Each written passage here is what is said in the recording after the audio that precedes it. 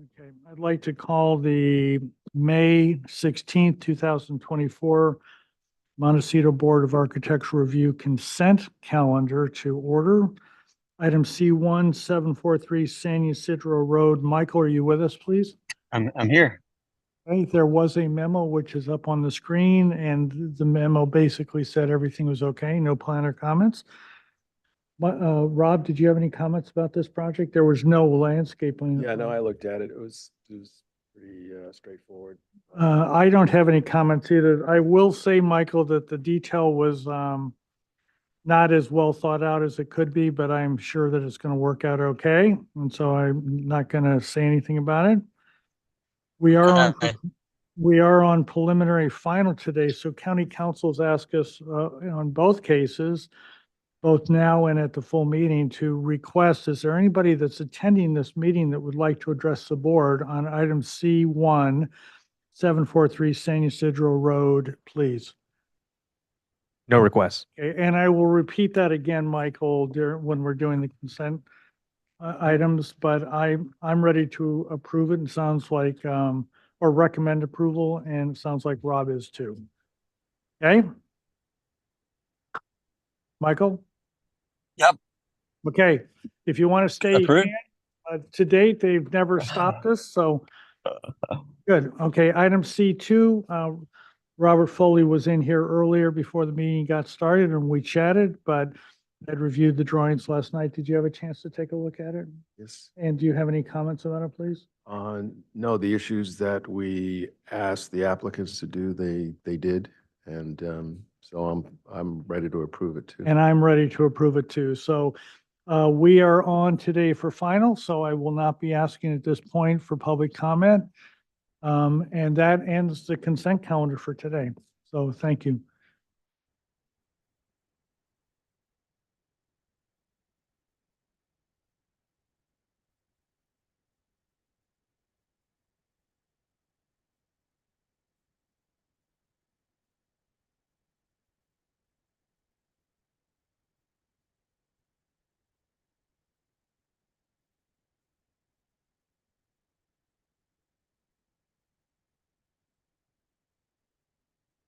Okay, that's fine. Are we back on? Okay, so there's a horizontal button with a white, yes, there you go. Can you introduce yourself and just ask your question, please? I'm Chris Denson. I live at 557 Santa Rosa Lane in Montecito. Brian, who's the developer and owner of the property, had come by my house and told me that he decided not to put the wood fence up, that he would put some sort of a fence that the shrubs could grow through. Okay, did you look at that? I thought, I may be confusing projects, but that issue was discussed and thought that something like that is in fact, probably a better solution. So let's see if it's on the drawings or not. Item C2, please. Over time, it'll be more successful for. Yeah, I mean, the way that he had it originally is that I would be looking at the fence and he was going to put all the, Yeah, the back side of the yeah, and fence it's too. like, okay, it's the hedgerow and I've got hedge around the whole house except for that. Yeah. C2, it would be either, let's start on the Monty. landscape plan. And we've got Michael up on the screen.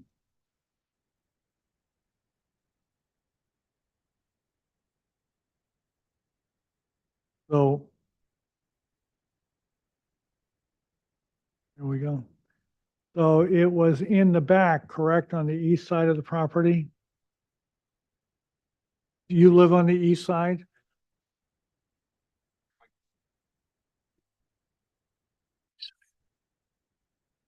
I guess it'd be the north side, actually. Okay, so that's the upper portion of that drawing. So can we zoom in on that? If you call that on another sheet. Might be on the architecturals too. So, Go the other way, actually. Next sheet, yeah. What's that? Is that irrigation? Go one more sheet, please. Maybe, one more, up at the top of that, David. does he call something on that sheet? It's along the top edge there. 8 existing. 14, what is, Oh, item 14? I'm trying to remember the direction, on the mountainside, which I thought would be north. Yeah, it is north. So zoom out. We're looking for. Item note 14. 14. Yeah. 6 foot high black chain link fence right there. Okay. Okay?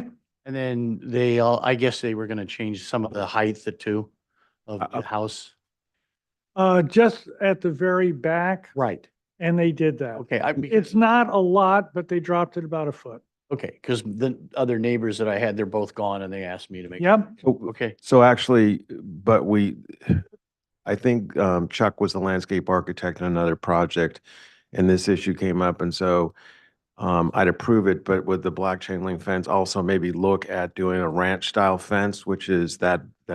No, this is chain link. That's No, good. no, but it's, the vinyl mesh is a much more kind of rural rustic look, and it does the same thing than chain link. Chain link to me is much more of an industrial kind of look, so. Black chain link? Yeah, there's that black vinyl mesh, that rectangular mesh that Can you not approve this? I can approve it. I just would suggest that they, as an, either the chain link or maybe leave it that way so it's approved, so they, at least they have that option. Okay, when we make the motion, but you can see through on both of those. Yes, right? correct. Okay, so you're okay as long as the plants can grow through it, right? yeah. Now explain the mesh. Is it like a flexible mesh? So it comes in rolls, and it's like chain link where you stretch it out on posts, and usually it's done on wood posts. And then basically they're rectilinear. You've probably seen it all around town. It's less industrial looking, it's more rural looking, and so that's where it's preferred. Okay, I mean, Or I guess prefer. that, It does the same thing for your purposes. right, it'll other be than equally wood successful. posts, I mean, they rot, and so that's Or why, could be done with, it could be, you know, the vinyl wood, or it could be metal. That's. I guess I would, I'm just thinking about security with dogs and everything like that. Yeah, I'm fine with either one. I'd prefer I think the vinyl. Because I guess I would prefer the black chain link. Why don't you work that out with the owners, but I'll approve either one. Let's put it that way. I'll approve either one. All right. Thank you, guys. Appreciate your time. Sure.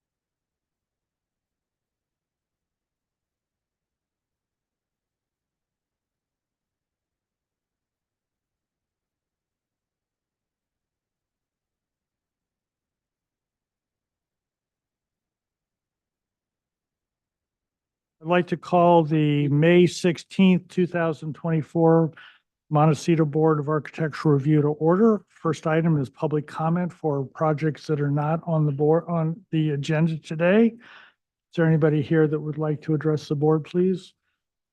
We do have some people online. So folks, for all the items on our standard agenda, we'll take those separately, but this is for items not on today's agenda. Raise your hand if you'd like to speak at this point.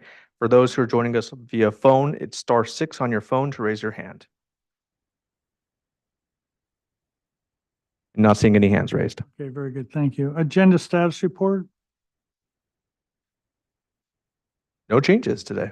Excellent. Minutes. Anybody have any comments about the minutes of May 2nd, please? Do we have anybody online about that, please? Okay, hang on. We're going to take our own comments here, and then I saw some emails go by. I will give you a chance to chat after we're done. Anybody got any comments, please?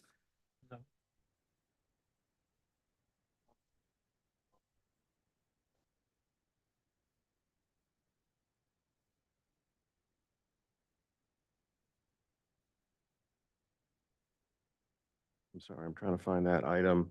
I think it was one of the last ones we saw. What was it about, please? It was the project where the neighbors were out in force. Yeah, that was the one. Item number 5181181, and that people that are online are, so what are your comments? So I made notes that I thought the hardscape was felt like it was disconnected, that it needed to kind of grow out of the house a little bit better. So I thought that there needed to be that the hardscape just needed to I guess extend more from the architecture and coordinate with the architecture. It was like a lot of the pieces were isolated and they felt disconnected. So Something concise that Kimberly can get written down. Can you be concise, please? that the applicant is to study looking at the hardscape in terms of having it connect and work with the architectural floor plan, and that some of the hardscape elements need to be kind of weaved together. And so study that, please. Okay, anybody else before I go on out to the public comment? No. Okay, so the applicant is from out of town and did not have a recollection that we had made comments about the height of the building, and is going to ask us to eliminate those comments. Did I get that basically? Linda, are you on? You might need to unmute yourself. Linda?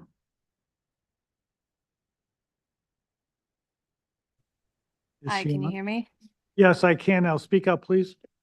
Okay, I think we wanted to clarify that it was not about the height of the structure, but there were many comments about repositioning the home, possibly stepping it towards the slope side so that it looks like it's lowering.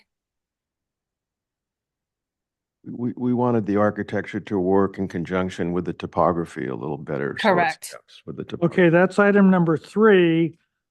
So could we change it, number 3, to say study options to work with the topography, which will result in a lower height?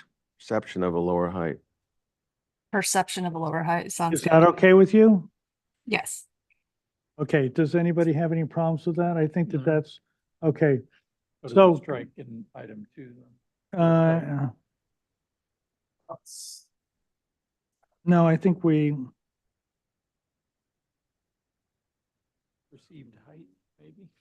yeah, and on item number 2, before the word height, let's say perceived height. Kimberly, did you get that? I did, yes, thank you. Okay, so item number 5, comment number 2, MBAR expressed concerns regarding site layout and then add perceived, and then continue height, compatibility, et cetera. And therefore, item number 3 would say, study options to work with the topography resulting in perceived lower height. Is that okay That's with great. everybody? Members of the great. board? No.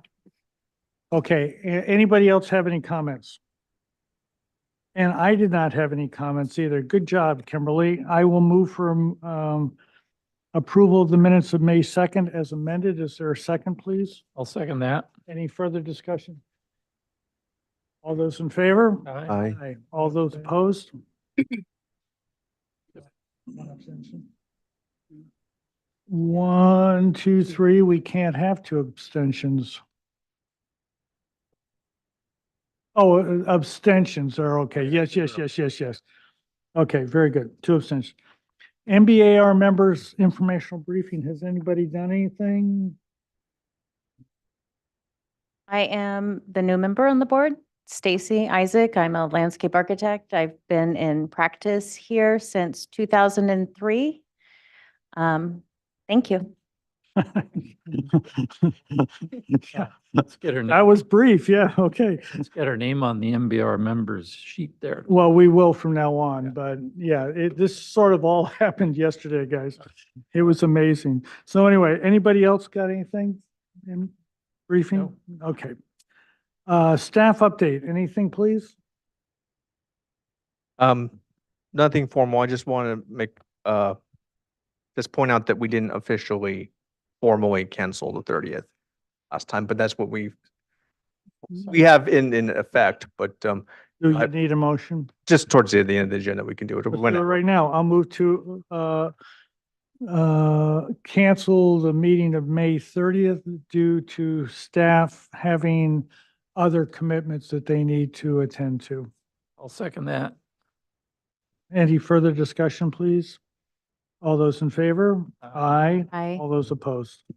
Okay, so are we now ready to go to the consent calendar? We had 2 items, fairly easy. The first one is 743 San Ysidro Road, Michael Macchiocia. Machacha. Good try. Gotcha. Almost. Okay, there you go. A Scottish on for both- Italian, you know, we're close. It's on, that's the project that had the infill in the lower left-hand corner of the living room. There was a porch outside and they added some arched windows. It looked fine and there was a memo that said it was okay. And Rob and I would like to recommend for preliminary final approval. And because it's on for preliminary, is there anybody that would like to address the board on item C1743 San Ysidro Road, please? No requests. Okay, so did I make a motion? Motion for approval, preliminary final? You are now, I guess. Okay, excellent. Rob, you want to, And I second that. any further discussion, please? All those in favor? Aye. All those opposed? Okay, item C2, this was Robert Foley's project up by the YMCA, and it was on for final only, and I'd like to make a recommendation for final as submitted. Is there, Rob? Well, we did talk about the fencing. But you want to alter that because you want, I'd like to give him the option to, instead of using the industrial looking chain link fence, to use more of a ranch style vinyl mesh fence, but either one is acceptable. They so both do you with, have a specific name for that? it's just, it's known as a black vinyl mesh fence with wood or metal posts are fine. So that's along both the north and the east side. Is there any other discussions on this motion? So that would be approval with that as an option. Yes, Kimberly? Yes. Kimberly? All those in favor? Aye. All those opposed? Regular agenda. Chris, 535 Barker Pass Road.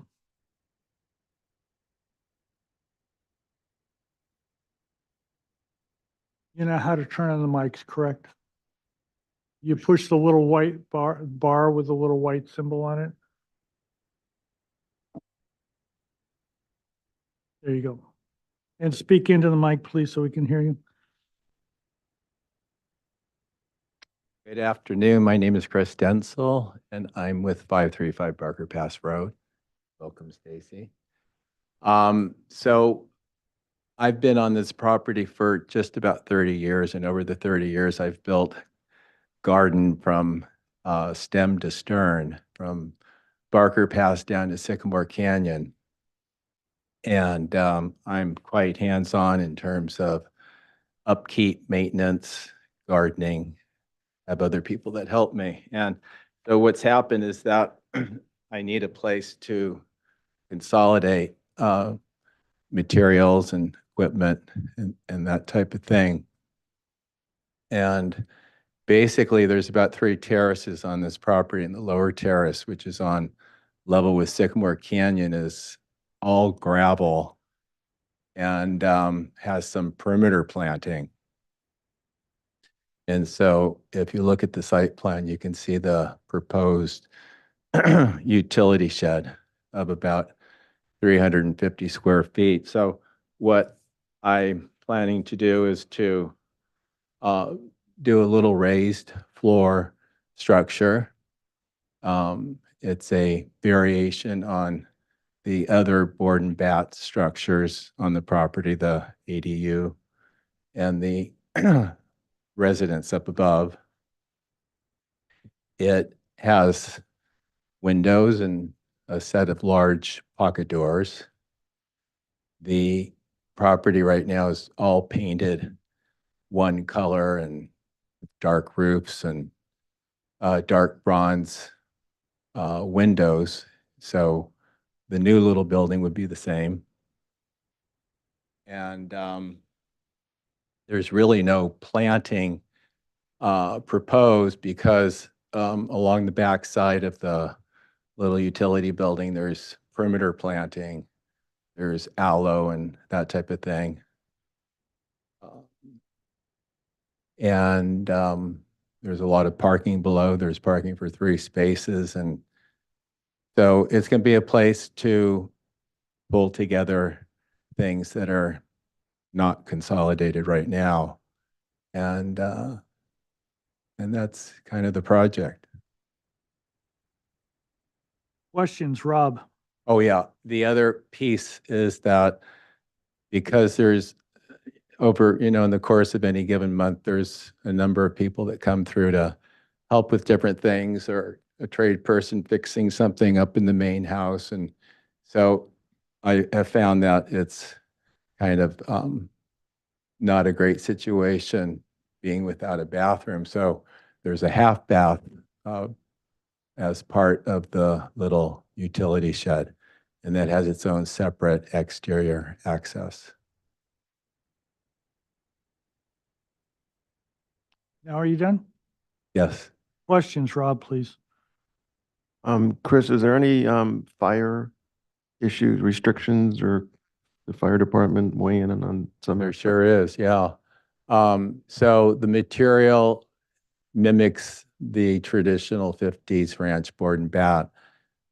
However, it's the hardy board material, and it's the same material that was used in building the ADU about 3 or 4 years ago.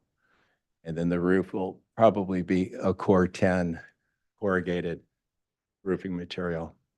Actually, I was, and I didn't direct the question very well. I was mostly interested in some of the adjoining oaks and vegetation. Are they asking you to do any brush clearance or canopy? There's a wonderful gal, Maeve, with the Montecito Fire Department. She's kind of spearheads the community effort in keeping properties clean and fire safe. And she's actually used this property as an example for other neighbors. So it's in Good. All right. No, thank you. Yep, questions, please. No questions. Bill? Chris, are you affecting any oaks or removing any oaks or getting drip lines or? No, but there's a little yes. And that is that there's a fallen oak, and it's noted on the plan. It's mid it's the center of the building on the rear coming up from the Barranca.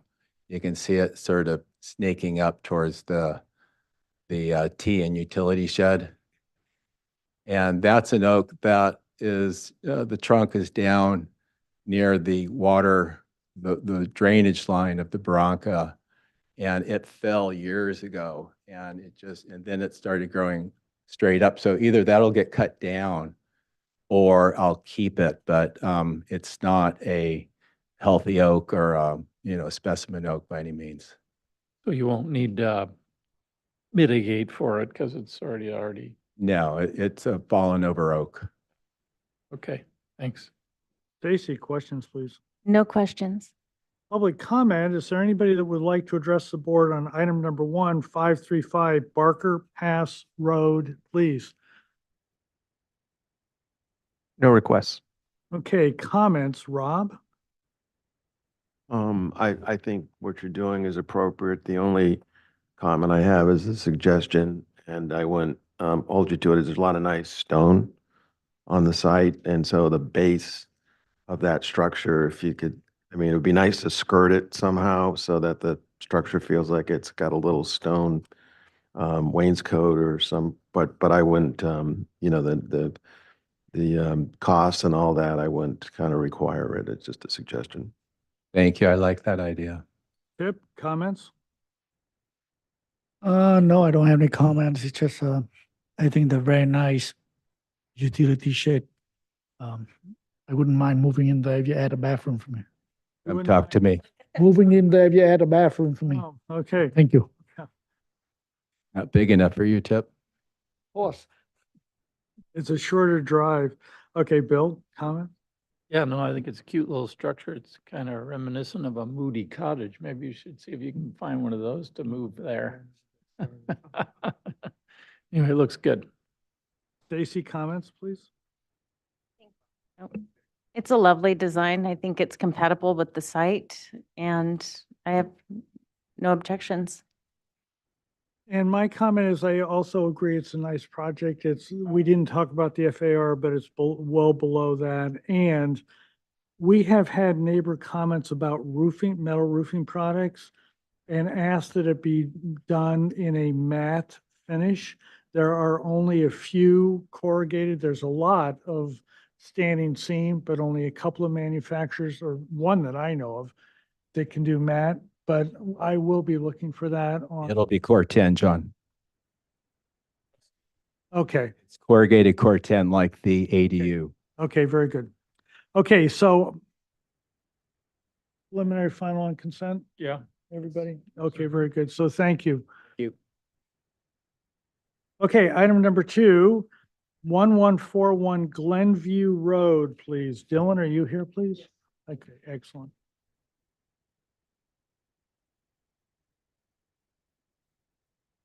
So I had asked David to give us a Google Earth, which is why it's there. So please go ahead and present your project and we will then take a look at that. So, okay. Or Dylan Henderson with Salt Architecture, And Kevin Capon with Salt Architecture. and we have the client in the audience. So, They're certainly welcome up here if you'd like to have them come. okay, yeah, up to you, John, if you'd like to come up. Okay, so we're 1141 Glenview. This is an interesting application. The previous owner of the house actually constructed the downstairs accessory dwelling unit and built out underneath the garage. Those are going to be part of an as-built permit. So all of that is already existing. So per your Google image, that already is existing, but was previously not permitted. John Raymont bought the house and obviously is bringing it up to code compliance, right? And so we went through and as-built all of the various conditions of the house that were not on a current permit with the county. And then we're going in with what I'm calling a Delta 2 revision. So Delta 1 would be the as-built of the existing conditions of the house, how it's been built. And the Delta 2 revision is what we are proposing on the project. And so Delta 1 really in its entirety includes the lower deck connection between the garage and the main house, It includes the lower accessory dwelling unit that's already built and in place, and various other elements of the house per the scope of work, which I think you all have, which I'm happy to read if you want me to go through that. On the Delta 2, which is what we're proposing, we are considering these south-facing decks on the upper level and the lower level. This is a steep lot. There isn't much yard space in this house, and so John desires to have essentially usable space where we can create a bit more indoor-outdoor living for him. And so the two decks on both elevations of the upper level and lower level will provide that outdoor space.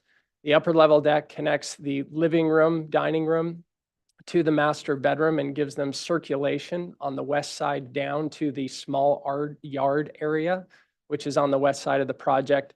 The lower level deck gives the accessory dwelling unit and a gym, which is being built out in that space. Again, that space already exists. It's just being sort of renamed on plan, gives the gym and the accessory dwelling unit outdoor space and connection to that western yard. The garage, no roof heights are changing. I want to point that out.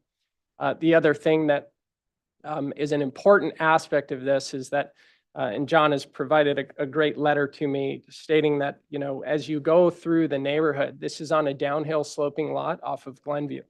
So there's no visual, you can't see this house from Glenview Drive. There's quite a bit of vegetation in front of us. You do see the garage, obviously, when you drive past it on Glenview. But when you're driving on the downhill side of the house along Alston, sort of clipping along at 30 miles an hour, there's no downhill view of this house. You would actually physically have to be in the neighbor's house down below on Alston to have even a peekaboo shot of this house.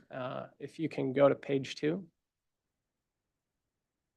These are the existing photos of the house and how it exists in today's conditions. So it's a white painted board on bat, exterior siding. Next page, please. These are different perspective views of what we're proposing on the downhill side of the house with the deck and guardrail. Next page, please.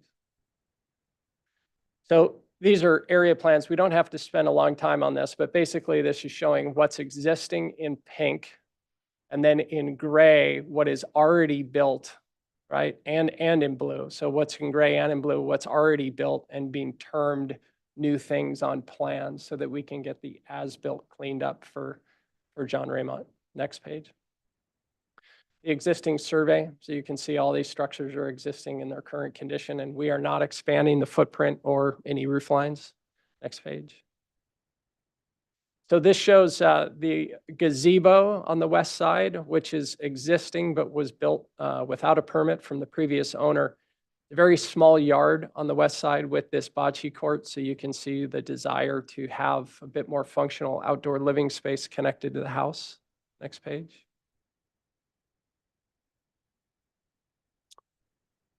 So the clouds are all indicating the different Delta 1 and Delta 2 considerations that we have to do to clean up the permit application on the house. And so the Delta 1, which you can't see very easily, obviously, on the screen here, but the Delta 1s indicate what is as-built to remain and be permitted under this permit. And then the Delta 2s are what's proposed. And so again, it's that south-facing deck and stair connections between. Next page.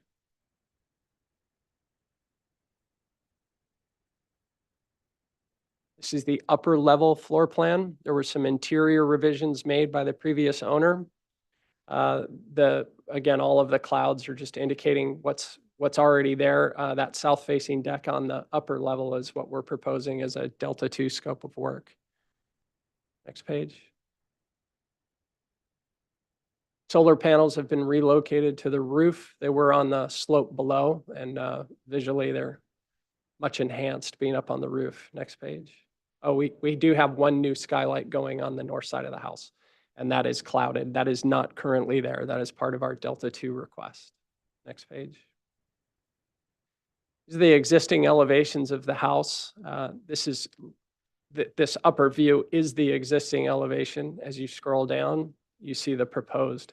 So we're simplifying and reducing the height of the pergola, which is under a permit, but we are revising it It's built fairly poorly. It has acrylic panels and things like this and has not withstood the test of time or necessarily timeless design. And so we're simplifying that to be a 412 pitch, just like the house, and just have it be very simple and clean and reduce the height of the structure.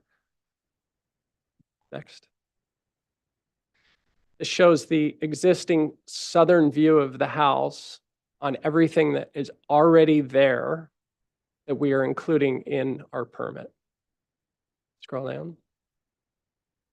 And this is the proposed south elevation with our new decks to provide that outdoor, indoor living space and yard area essentially for this house. Scroll down.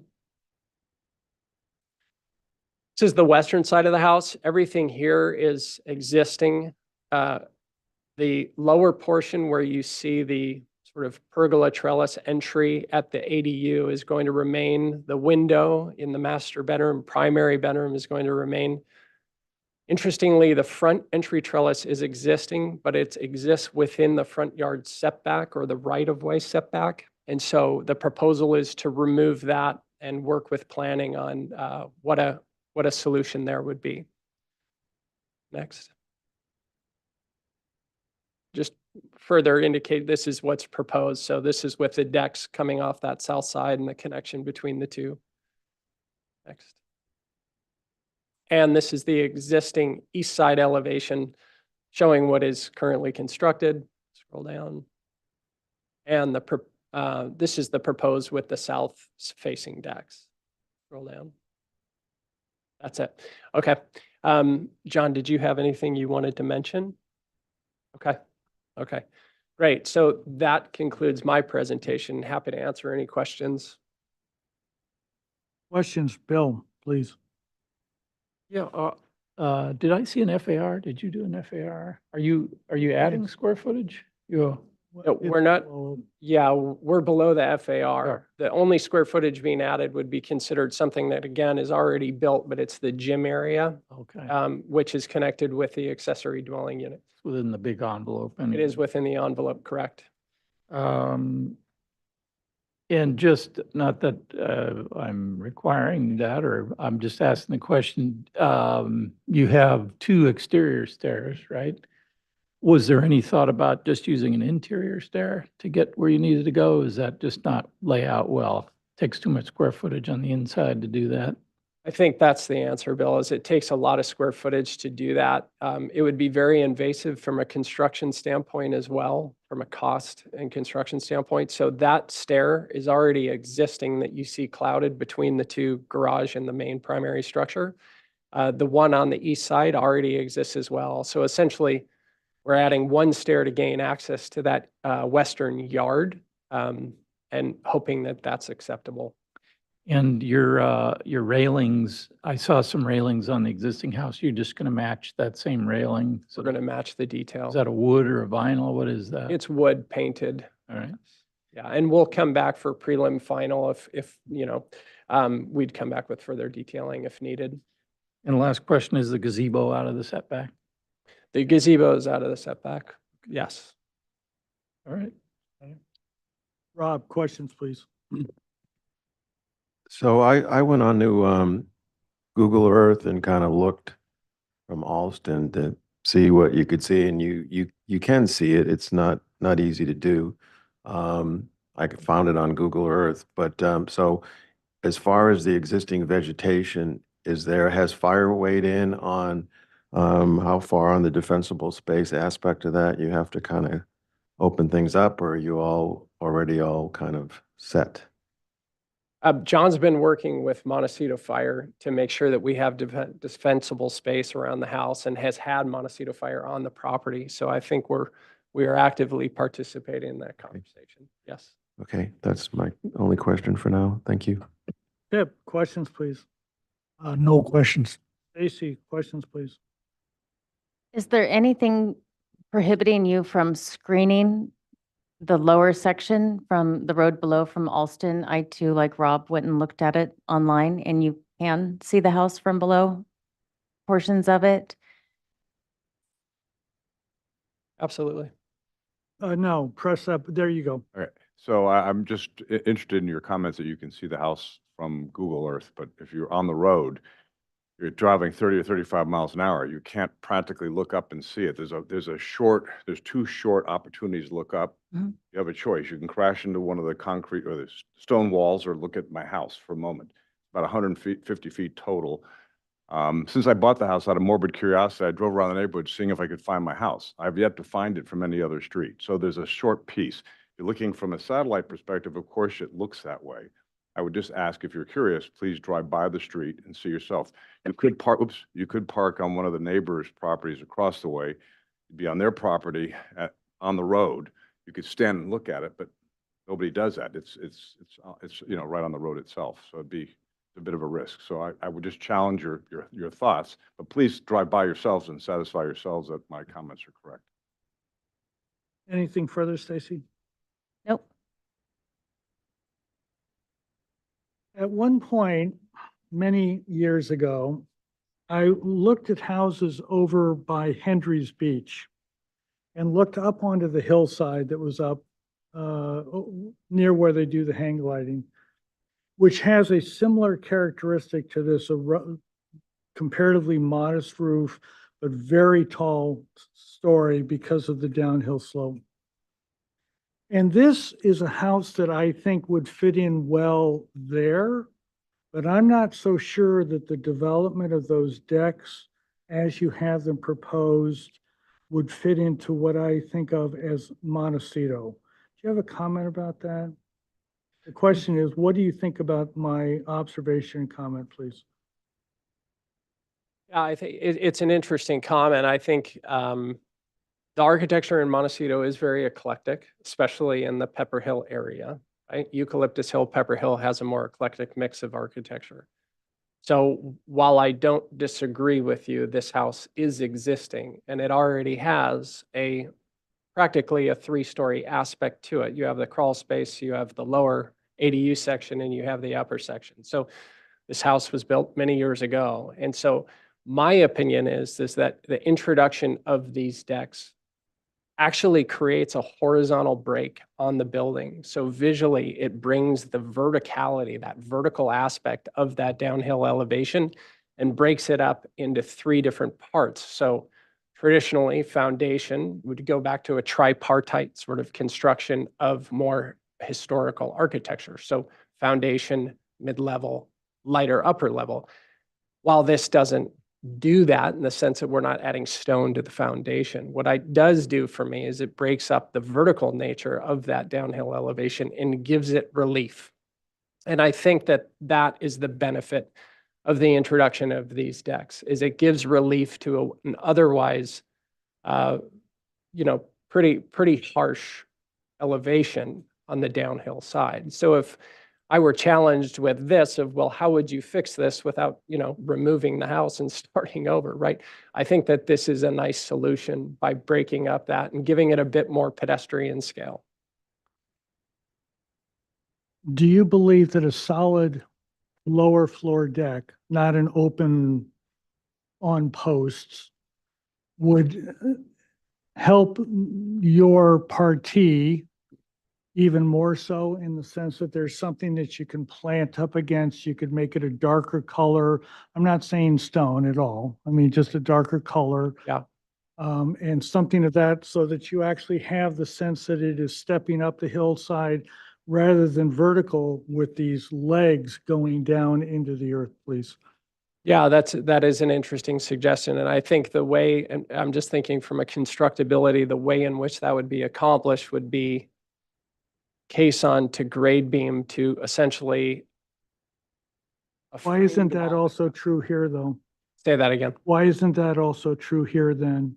Oh, I was just talking about how we'd actually construct that. Yeah, but if you need caissons in case A, don't you need caissons in case B? For the support of the deck, yes, Yeah. that is correct. So yeah, I mean, if we're introducing caissons, you would be introducing a grade beam. That's I guess where my head is going, is what would be the add to Mr. Raymond for closing in the lower portion. And it would be a grade beam with framing and then a cladding material that was acceptable, right? So I think from a constructability standpoint, it's possible to do. It would definitely add some cost. I guess, if we were looking at this in isolation and we were all standing, I guess the question would be, is that a condition that the board would put on the project, right? Or would it be a suggestion that the board would make to the project, knowing that the public is really not going to have any visual of that elevation other than the uppermost story? Because when you are on Alston, if you get the peekaboo shot, you're looking at the upper story of the house. So whether that was enclosed or not would really be for the benefit purely of looking at this as an architectural elevation on a piece of paper. That's what I would ask, is if it's a condition of approval or if it's a suggestion to improve the architecture. We will see. We will see. Okay, so that's the end of questions. Public comment. Is there anybody here that would like to address the board on item number 2, 1141 Glenview Road, please? No speaker slips. I don't see any hands online. And just for reference again, if you're joining us by telephone, it's *6 on your phone to raise your hand. Anybody? Still no hands. Okay, comments. Bill, please.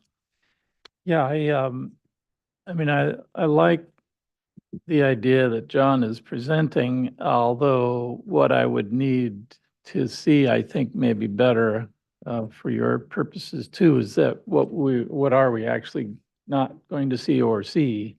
And maybe there's a way to do some photo shots and vignette you're building into it if it's not difficult to do. You've got the 3D model already.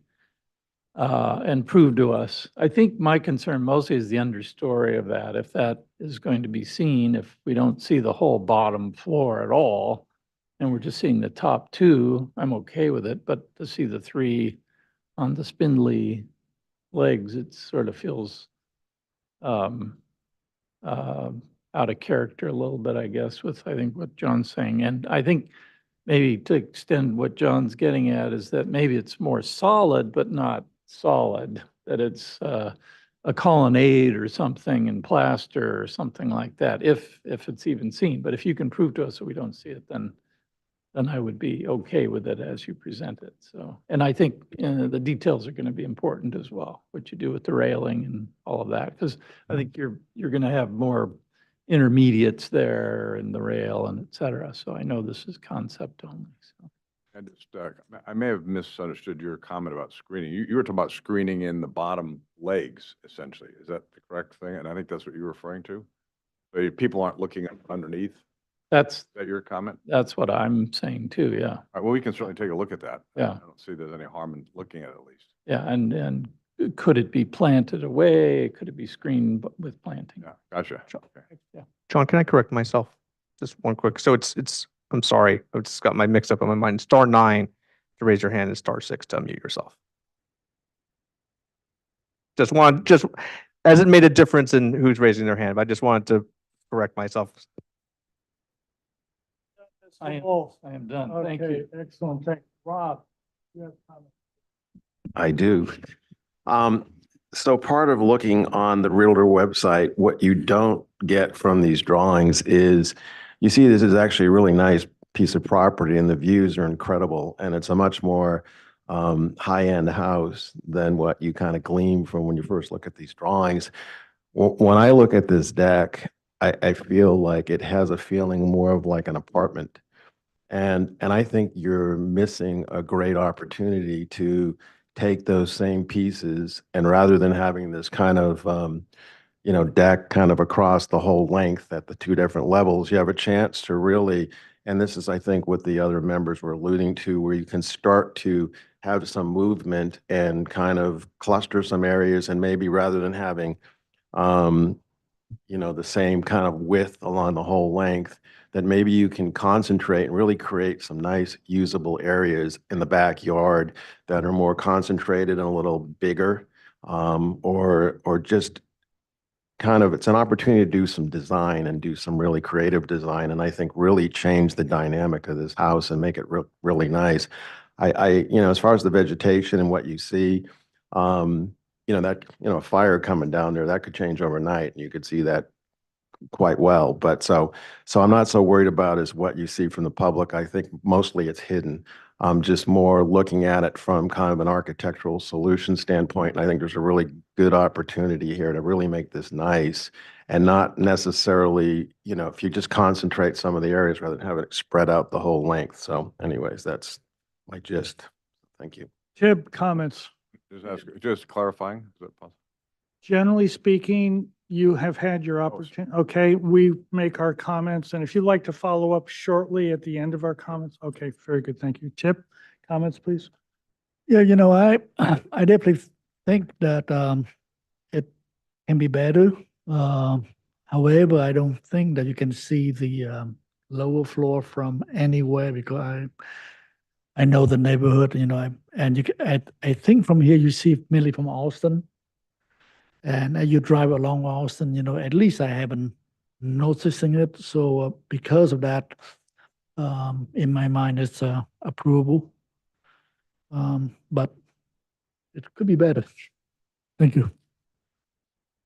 Stacy, comments, please. The bottom third of the project definitely, it needs something. At the same time, I think it could be alleviated with landscape. It doesn't necessarily have to be solid. It could be improved upon. However, I wouldn't have conditions on this because you can't see it from Alston if that's the case.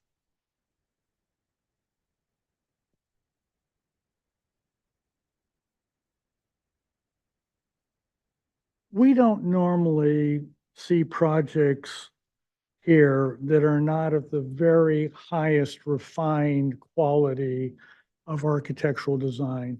I think my reaction when I was looking at this yesterday, we have a chance to look at it before the meeting, was that it is something reminiscent of that area over on the Mesa, or maybe even, I don't want to be pejorative here, but Isla Vista. I mean, it just does not have the rich, heart engaging, how can these people possibly make their lives better? This is at the pinnacle of existence that we normally see around here. I don't think that this is your finest work. I don't think that you would put this on the front page of your website.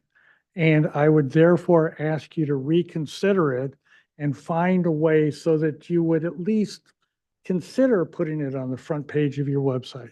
One of the ideas I had was rather than connecting, the problem is really left to right, deck. Okay.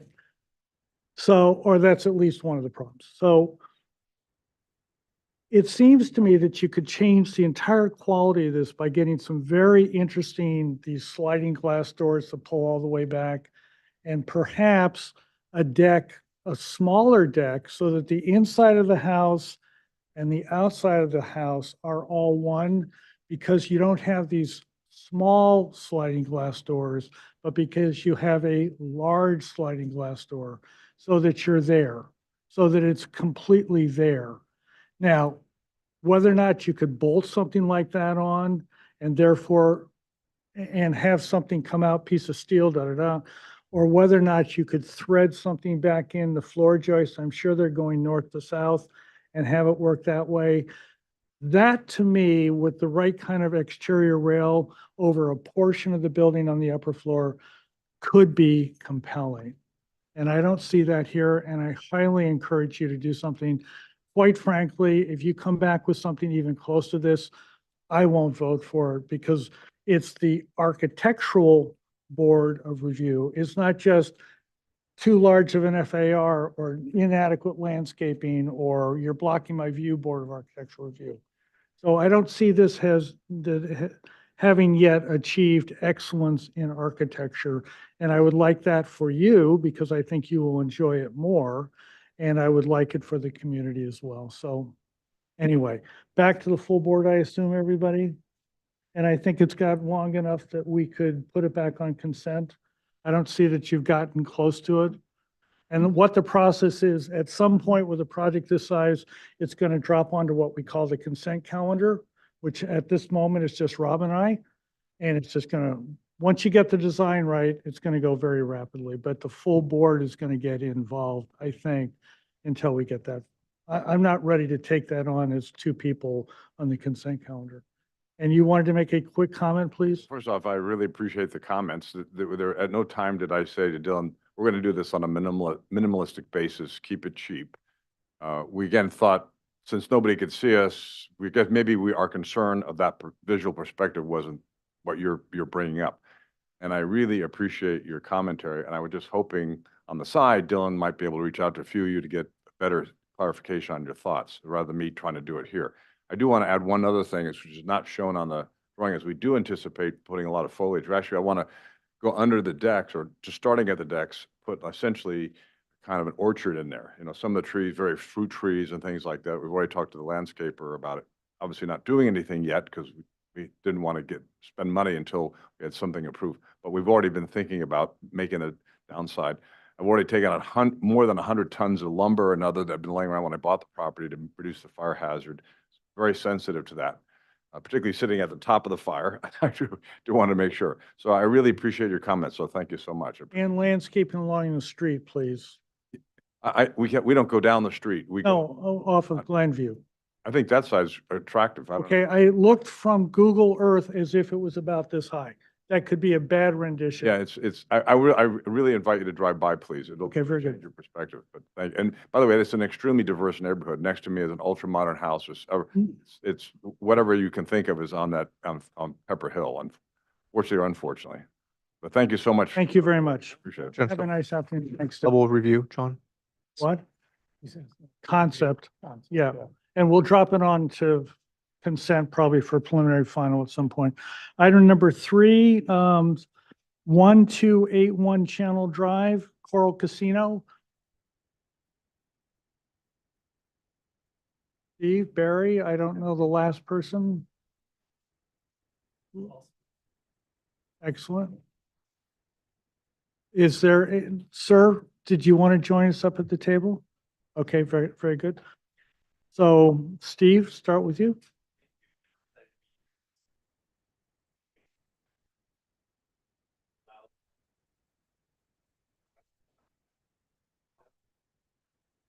Oh, thank you. This is a continuation of an effort that was permitted to allow the public to use the Coral Casino restaurant as approved by the Board of Supervisors last year. We've submitted a substantial conformity determinant application to county planning to facilitate the public to enter the building, make it more obvious where the entry should be, and to make some exterior changes to enhance their use. And with me is Barry Winnick and Will to present the project. Steve, thank you. Red is on, is it not? Hang on. You sit on the board, right? Oh, yes, I did reach out to the County Council? Yep, and I'm just a member of the club. I don't have any financial interest in it. And what did they tell you, please? And actually, I'm going broke, belong to the club, but he said it's my decision. What? It's your decision. Okay. And your decision is to stay. Yeah, for now, yeah, I think I'm fine. Okay. Okay. Very good. So that's what it is. So Steve or Barry? Barry? Yeah, I'll continue. So again, I'm Barry Winnick with Winnick Architects, and thank you, Mr. Watson and the rest of the board. Some of these members I don't know, but I do know a fair number. Stacy, Rob, brand new today, landscape, Rob, So 2 landscape, right? 2 landscape. Okay, and I know the rest of you. Thank you. Good to see you, Bill and Tip. Okay, so Steve gave you the preamble. So, this is, once again, we're here with what I would call a very minor renovation to the project in terms of what's visible to the general public. But it does have a great impact for the community because it's going to have a very, very high quality restaurant as well as a much better banquet facility for community events and people to host events there. And we can walk through it. The basic work that's being done is there's a change to the door that you'll see at the tower, which I do have a pointer, which doesn't seem to be working. I guess because the illumination of the screen is, It's Barry, a, hang on a second. Is the mic working? Is the mic and mic working? oh, I see. So these are LCD or LED screens? Technology has Barry, changed. Barry, walk around. Oh, it's okay. I think we can manage. You all know where the lighthouse tower is. Thanks. It's spoiled old technology with new technology. It just doesn't work. So anyway, if you look at the base of the tower, and we'll get into it later, there's the changing of the door there. There's an existing door that we're improving. I'm just telling you, just so you'll know what the 4 points are that we're looking at. The entrance off to the right, that's at the west, which is the entrance to La Pacifica, is getting some further enhancement. There's the courtyard of the restaurant up on the second floor, which is being infilled so that the restaurant is a more continuous floor. So exterior space, which is currently enclosed on all sides, will now become part of the interior space. And those are really the three major things. There may be a fourth. I'm trying to remember. Oh, right. And there's a small awning over that door. Thank you, Steve. Which is, for me, is part of the entrance. So we can walk through it. So there's a rendering of what the building will look like at the end, which anybody that's been on Channel Drive can see that it really doesn't look much different than what's there today, gladly. So let's walk through the presentation. So here's an aerial of the building taken about 2 or 3 months ago when the first phase of the club reopened. So the whole pool area and everything on the from the little clock tower and the seating area for Coral Cafe and that second floor deck from there all the way to the east, which would be down to the left side of the page. That all has reopened to the members. And some of those changes included the spa, which is at the edge of the ocean, and all of it's been very favorably received. So the areas that we're talking about are, you can see on the right-hand side of the page, you see the clock, the lighthouse tower, and just behind the lighthouse tower, thank you, whoever's doing that with the pointer, just behind that is the open area on the second floor that's going to get infilled. And if you go to the bottom of the clockhouse tower with that same pointer, thank you, you can see the existing door, which is a tiny little door. And this door is being used as the main entrance door to the restaurant. And this was something that was negotiated with the club membership as well as presented to the planning commission when the approval for the restaurant becoming available to the general public was that the restaurant would have its own entrance separate from the membership. So membership still goes through the main entry where you'll see those two big canary palm trees. Either side of that is the existing entrance, and that's the main entrance to the Cabana and Pool Club. And then this door that you're seeing to the Lighthouse Tower, we're improving that so it's an entrance door that is befitting of going to a restaurant. So that gives pretty much a good idea. You can't see the La Pacifica entrance in this aerial. So let's go to the next page. So this is just to give you existing photographs of the existing building. Again, you're getting a better idea of that main entrance for the club membership. And then off to the right, this small little door that is currently at the base of the tower. Next photo, please. This is enlargement of the main entrance. Keep going. Okay, so this is helpful because this is now showing the La Pacifica entrance, and it has that Art Moderne style existing gates and pillars with lights on them. That all, by the way, is non-historic. That was built as part of the renovation in 2006 through 2008, which I was involved in. And the new design is to enhance them with a little bit more, to make them a little, let's say, befitting of what the banquet hall will be becoming. And just so you know, there's a new London-based design team, David Collins Studio, who is working on the restaurant interiors and the banquet hall interiors. So they've been informing some of these design decisions. So it's actually been quite a pleasure working with them. They very much understand the Art Moderne roots of the building and really admired Gardner Daly's work. And quite honestly, I think we're fairly favorable about the work that I did while working with Peter Marino and the work that we've done more recently on our own. So next. So just, looking back at the history of the club, and again, this is really informing where we're going. This was this really grand period where I think we all like to celebrate that period of time of the club when Hal Buscher was taking the photographs and the celebrities. It really was like the epitome of the Hollywood set, and it has this great glamour. And so we're really holding on to that, and the glamour and the grandeur of the club is always being looked back at. Next one, please. This is looking at Gardner Daily, and of course the Coral. Barry, can we just get right to the proposal, please? Oh, we certainly may. Okay, keep moving. More of the history of the club. This one actually stay for a minute. Oh, keep going, please. Okay. Okay. Floor plan of, or site plan of the entire club. If you look on the left-hand side of the page, you'll see the infill, and it's, in this case, we are showing it with an infill of a skylight over that space, which the pointer's on perfectly. And if we can go to the next page, that's really what this is showing.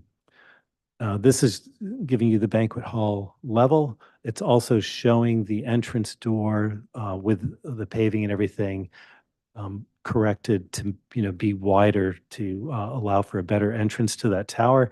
I think we have an enlargement later, but if you want, we can enlarge it here to look closely if you want to see that plan larger. Let's just keep going. Okay, This is a small project. great. Second floor, that shows you the restaurant level that has now infilled the open courtyard in the center. And then the next one is showing the roof plan again, showing that we've infilled it. Just so you know, we did have a historic report prepared by Post Hazelton, and in order to stay with the historic precedent that's been done on the building, the roof of that skylight is the same height as the parapet at Channel Drive, which was part of the original conditions of the project.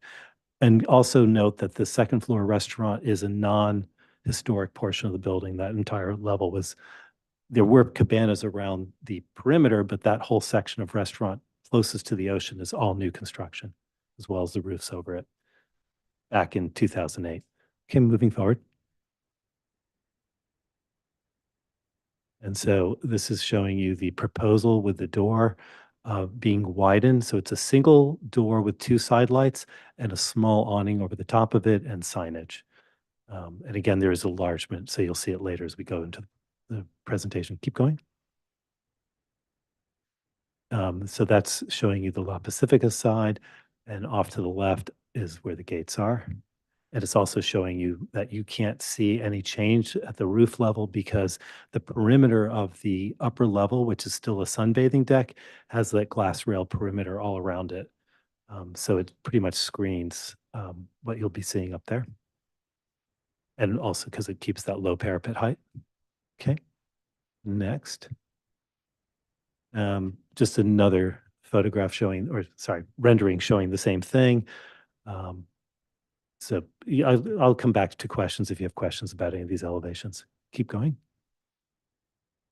This is a sightline study showing the section from the beach through where the building is and showing the skylight.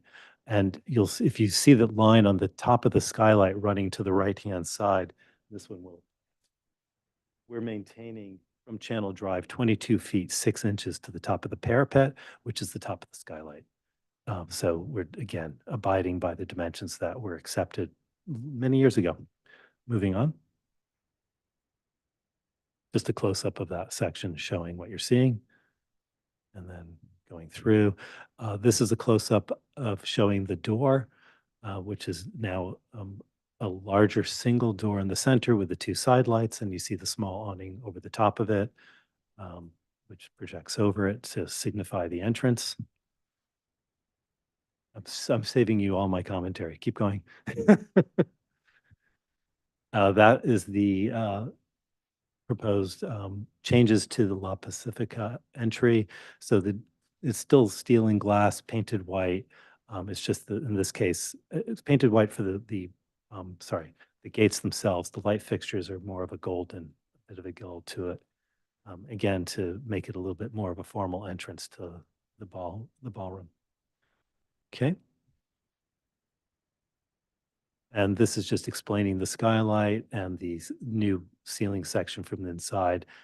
Probably, it was more just if you had questions about the skylight. Obviously, the inside of the building doesn't need to be reviewed. The awnings on the restaurant portion of the building will have the same exact spacing as the awnings on the rest of the club. However, to distinguish the restaurant from the rest of the club, we are looking at a gray and white motif on the perennials fabric. And then these are all existing conditions. So I think they're really here just if you want to look at them at the end, if you have a question. We don't really need to walk through them. And just real quickly, we are also scheduled for HLAC in June. So we are on for concept today. Questions, Tip? Yes, I have several questions. Number one, Steve, this is operate under a CDP. You say it again, please, Tip? This project is operate under a CDP, coastal development permit, or conditional use permit. Conditional use permit, correct? So it's just a question, when you are enclosing the skylight, is it additional square footage or do you have additional square footage for that? There's no FAR restrictions on CV type spaces except for overall floor area requirements. Right, but sorry. what I meant is that if it operate under a conditional use permit, is there a limitation on the square footage? There's a limitation on floor area or lot coverage, but there's not a floor area limitation. Not a precise number that the building cannot be bigger than. Right. Okay, thank you. Question number two, if you can go back to maybe sheet A1, is that 1.10 or something like this, the site plan, the roof plan.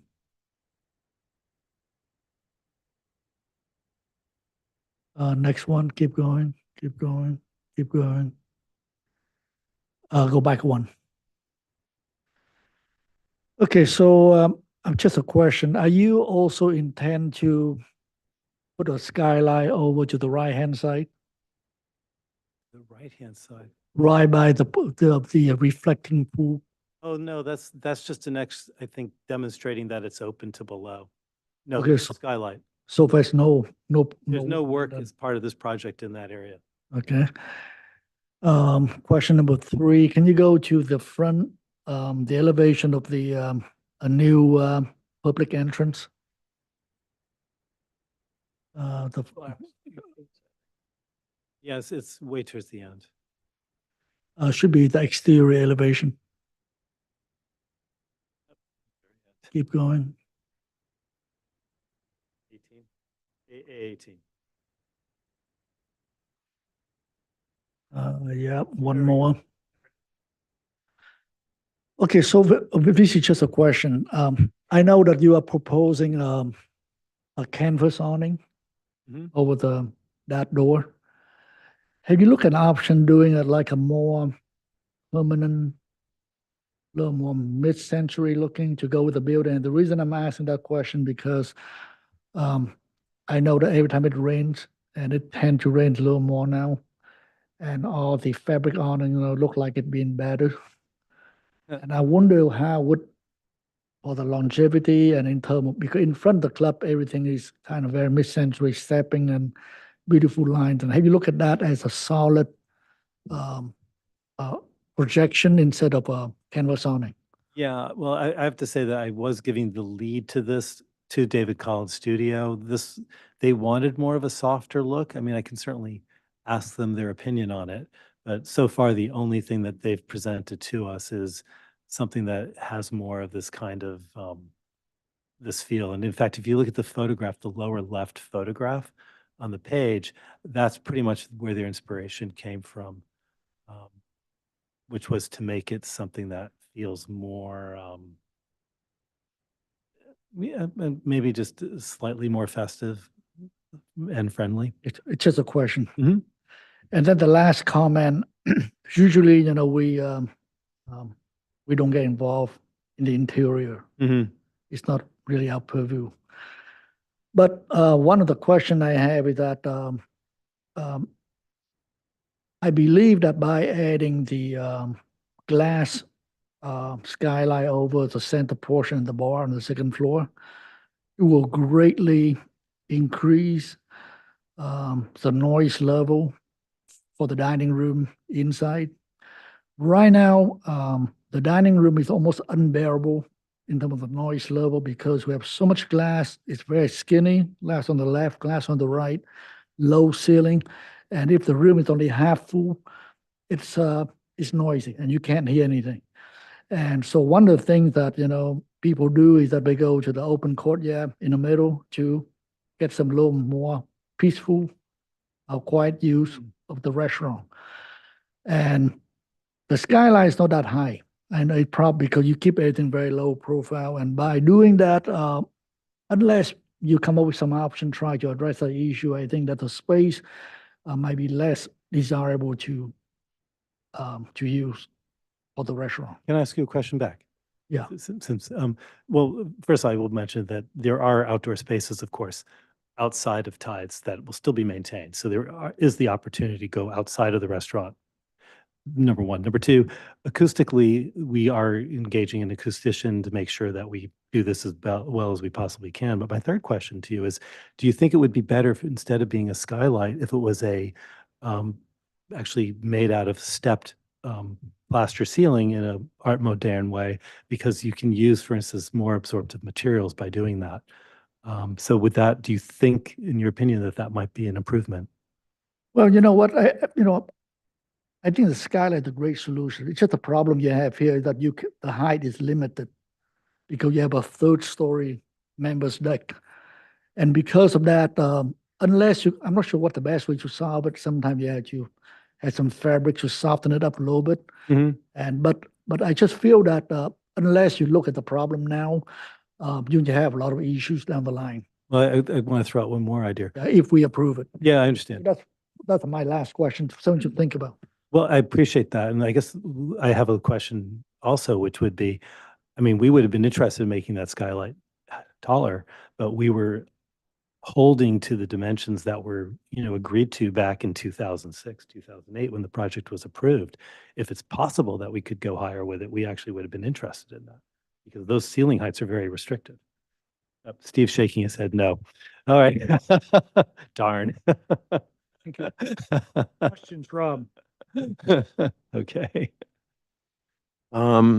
Is there a landscape architect on the project right now? There is not. Right now, there's no intention to change the landscape.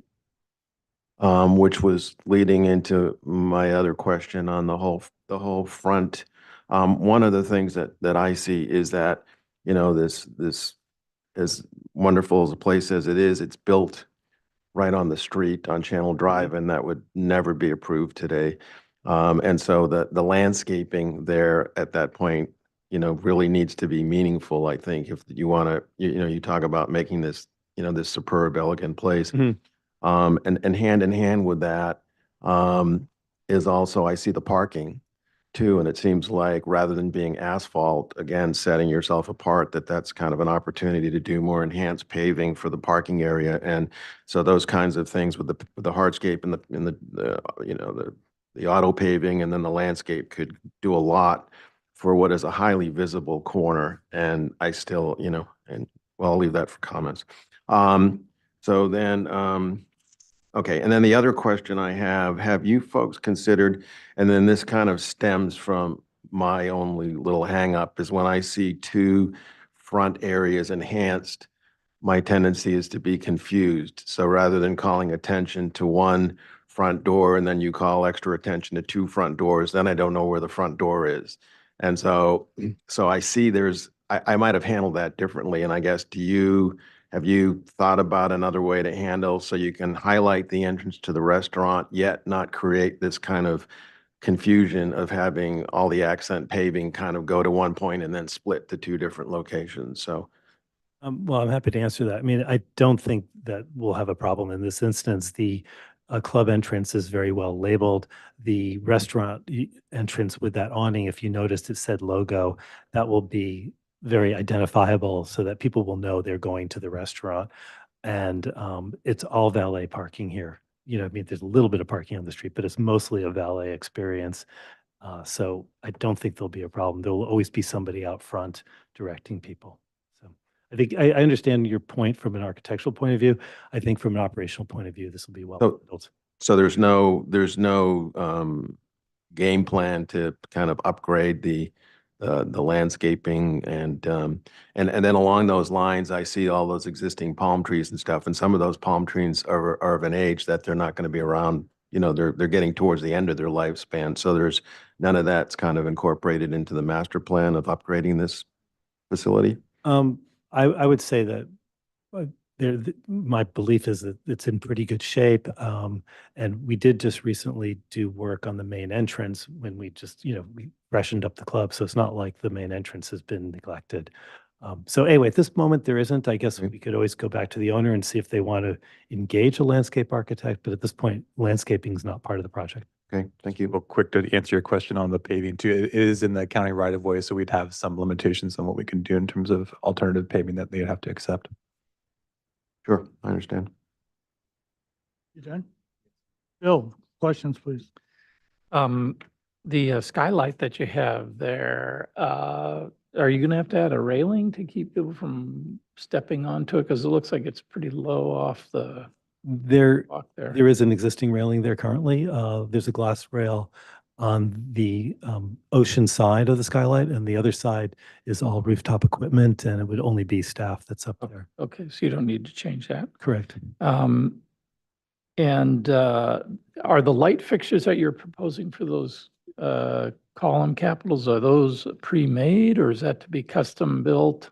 They're custom, Okay. just like the ones that are there currently are custom. They will be frosted glass inside them, so and the lamps will be done in a way that you won't see the direction of the light of the And lamps. so you have control of the proportion of the height of them in relation, at this point, you Correct. can design whatever you want. Okay, Absolutely. I'll come back around to that in comments. Okay. And have you thought about the idea, as I think Tip was alluding to, some kind of a deco style, maybe furred out element, plaster buildup around that entry that leads to the tides versus an awning or a combination of the two as an alternative, or are your hands tied because of? Well, I'll elaborate on that. So yeah, I mean, the tower is historic.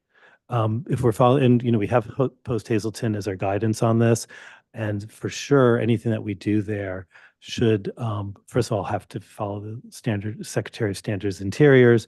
Some of the, I'm sorry, Secretary of the Interior. Sorry, I do a lot of interiors. So we have to follow those standards. One of those standards is to, not make significant changes to character defining elements of the building. The tower it has a door, so that's good. The tower is a character defining element of the building. It's definitely been identified as that, as well as the horizontal siding, which, just going back to the other comments, I know that the elevation of Coral Casino is a little bit on the stark side facing Channel Drive. It always has been. Gardner Daly built this building that looked like it was made out of board form concrete almost, the way it was done. It's all redwood siding. It's always been exposed and in some ways a little bit austere. We don't want it to be too austere, but that is some of the character of it. So again, we really don't want to interfere with the look and feel of what the lighthouse tower has been like. And in fact, just recently in this last project, that tower has been once again restored and restructured to make sure that it will last for a long period of time. So my long answer to your question really is that we are considering historic things. I would definitely never put plaster to build it up. I'd be very careful about putting a steel awning on it. It would be out of character with what it originally was. So is the bottom of that is a wood finish? That is wood-sided. That's The wood-sided. tower runs vertically. It's interesting. The Gardner Daly was very intentional. The clock tower and the lighthouse tower all have vertical siding. The rest of the building has horizontal siding. And ever so often the logic changes and you'll see that there's a little bit of vertical siding somewhere else too. But, it was very intentional. Wood siding at the bottom where you're adding the door. That's all wood siding. That is all wood siding. I know it's not ideal. It is a maintenance thing. But by the way, we've been having lumber milled specifically to replace because it's old growth lumber. So we've had to go real dimensional sizes. Yeah. Okay, that's it. Thank you. Sure. Casey, questions, please? My only question has to do with lighting at the new guest entry. I know what you're doing on the Pacifica side. Are you replicating that at the guest entry as well? It has a different lighting. It'll be much more subtle. That awning will be illuminated internally so that there's light over the door, but we're not putting big light fixtures such as we are at La Pacifica. Okay, that's it. Steve, how are you doing on parking? Got any extras? The parking for this project is the northeast parking lot of the Biltmore Hotel is assigned for the Coral Casino, and then there's valet Have parking. any extra spaces? For the Biltmore Hotel and everything, you mean? I don't believe so, but I haven't investigated that. Is I tend to agree with other members of the board that having two entrances is going to be confusing. And if you were able to get some landscaping that might spill out a little tiny bit somewhere in there to help define that wall and the entrance, I don't care which one you define, but a little bit more. So I think that it would be more successful. And the question is, do you feel that that comment is correct, or do you think that a big blank wall is a better way to present probably the most expensive restaurant in the area? That may be the ranch. Just blank? Or do you think it should be dressed up, please? This is very interesting.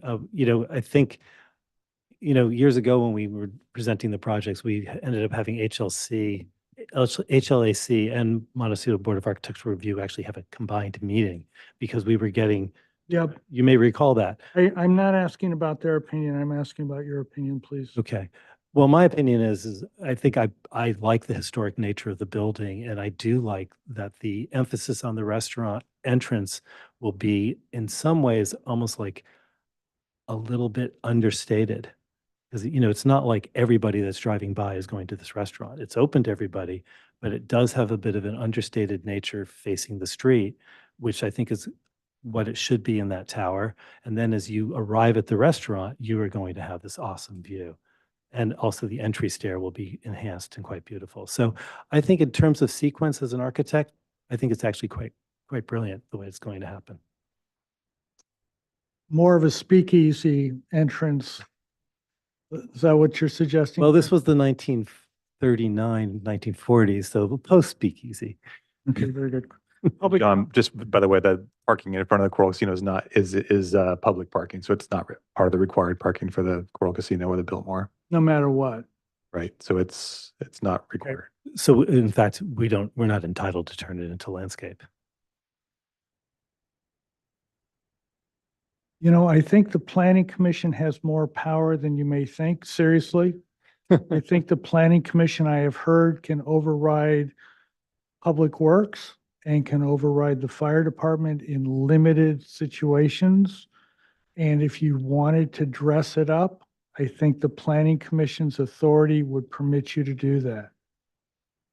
Noted. I think overriding consideration for us is getting the restaurant open in a shorter term. Are you going to the planning commission anyway, please? No. Ah, I thought you, CDP. Yeah, and like dress up the front. Okay. Yeah, we're only under an SCD, so it'll just be staff level. Okay, public comment. Is there anybody here that would like to address item number 3, 1281 Channel Drive, please? And did you want to make an announcement about what to push? Raise your hand, press *9. Is that what it is? Right, so raise your hand is *9. And If you're on the phone, you're on the *9, phone, right? or raise your hand if you're online. Anybody, please? Channel item number 3. No takers. Okay, comments. Tip. Please. And where should it go next? Does it need to come back here again, please?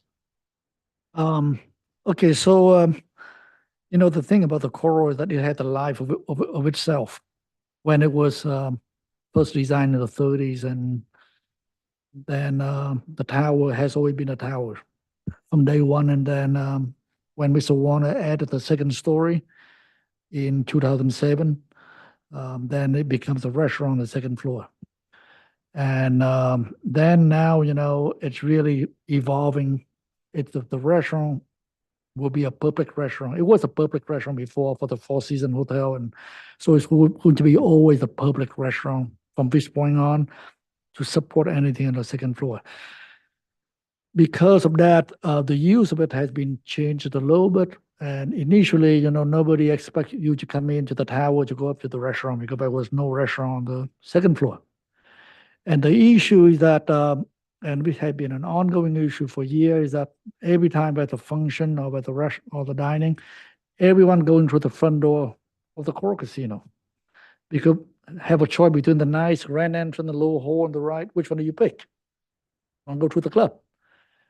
And it has always been an issue for a long time because of staffing and, you know, and the member getting upset. I don't care about the member getting upset or not, you know, it's just the flow of traffic. So I think that it went through a major renovation to adding the second floor. So it changed a lot, you know, when Mr. Warner did it. I think this is your chance to really, it doesn't have to be grand, but I think the entrance had to be self-sufficient. It have to make sure that when you have guests coming, they know that's the restaurant and not always aiming for a club.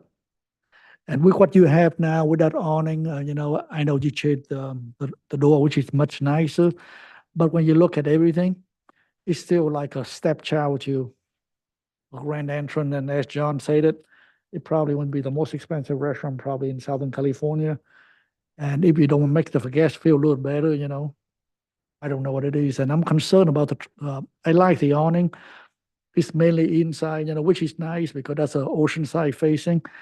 But from the street, the building is a little harsh. That's the way it is. That was designed that way. Is what do you call it? Art Nouveau, mid-century. Huh? Yeah. Modern. Yeah. And, you know, to Rob's comments, you know, there's no landscaping left. You cannot do any more landscaping because there's no landscaping. That's the way it is, the building. And the parking is the public parking. It's not the members parking, so you can't take any parking out. So it's really on how you can make that a really an entrance so don't have problems. So that I like for you to take a look at that again and see what you can do.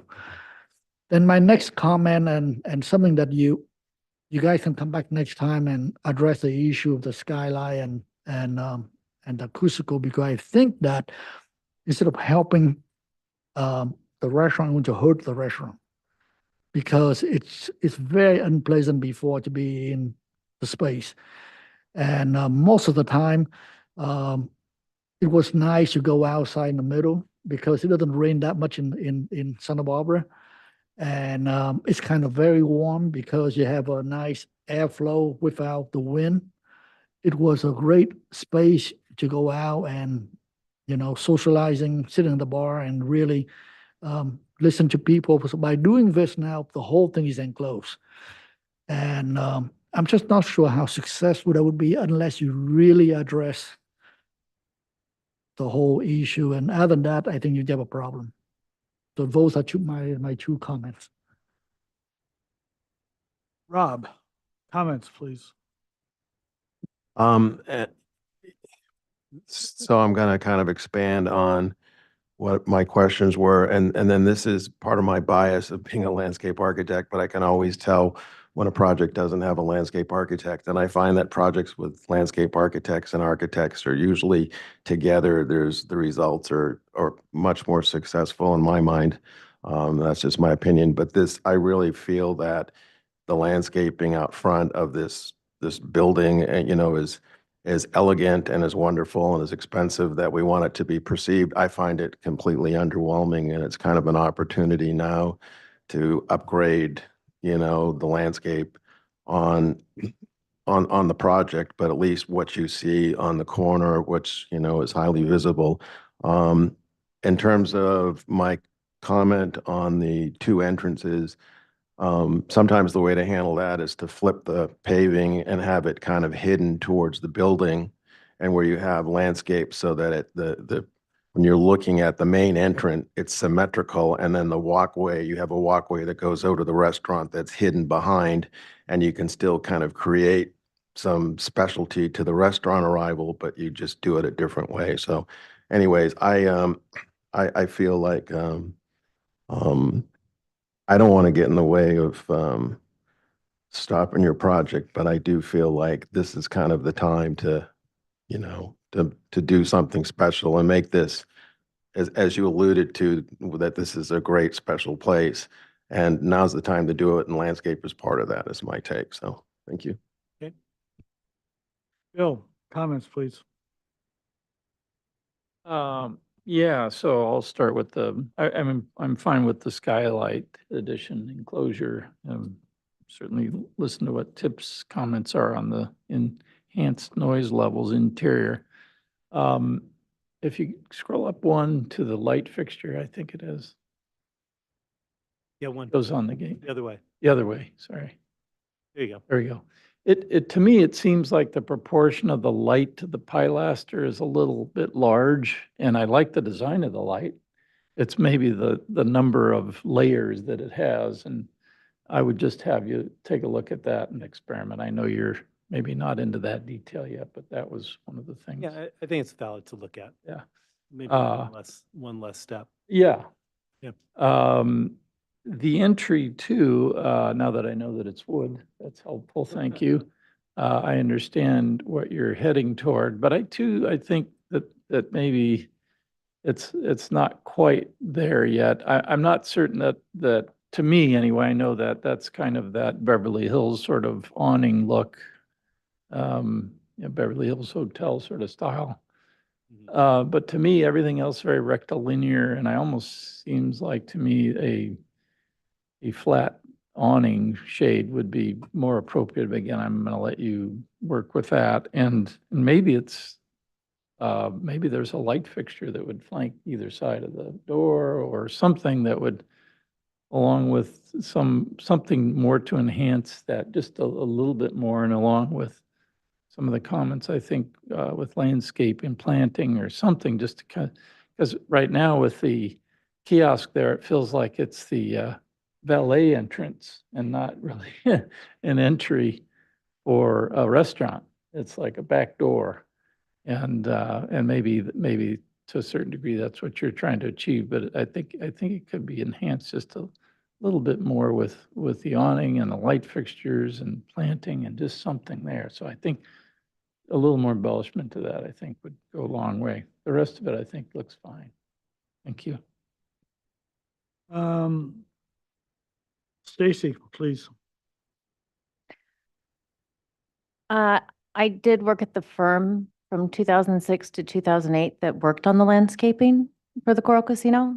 And I know that a lot of it, the understory is all gone at this point, probably from utility and improvements, and it's definitely been degraded. And I remember back then too, how difficult it was to make changes to the Coral Casino, that whole process. But at the same time, it has been so many years, and the landscape, I don't feel like it has improved along the frontage, and I think it could enhance the building. I do love the austerity, actually, of the Coral Casino.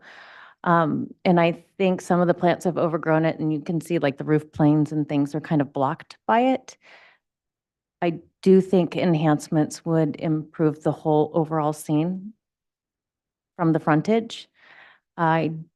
I really appreciate the lights. I think the architecture is very period appropriate to the Coral Casino and definitely keeps that romance to it. And I've always thought of the Coral Casino too as more interesting at night, even than during the day, as I see it. And so the lighting is extremely important.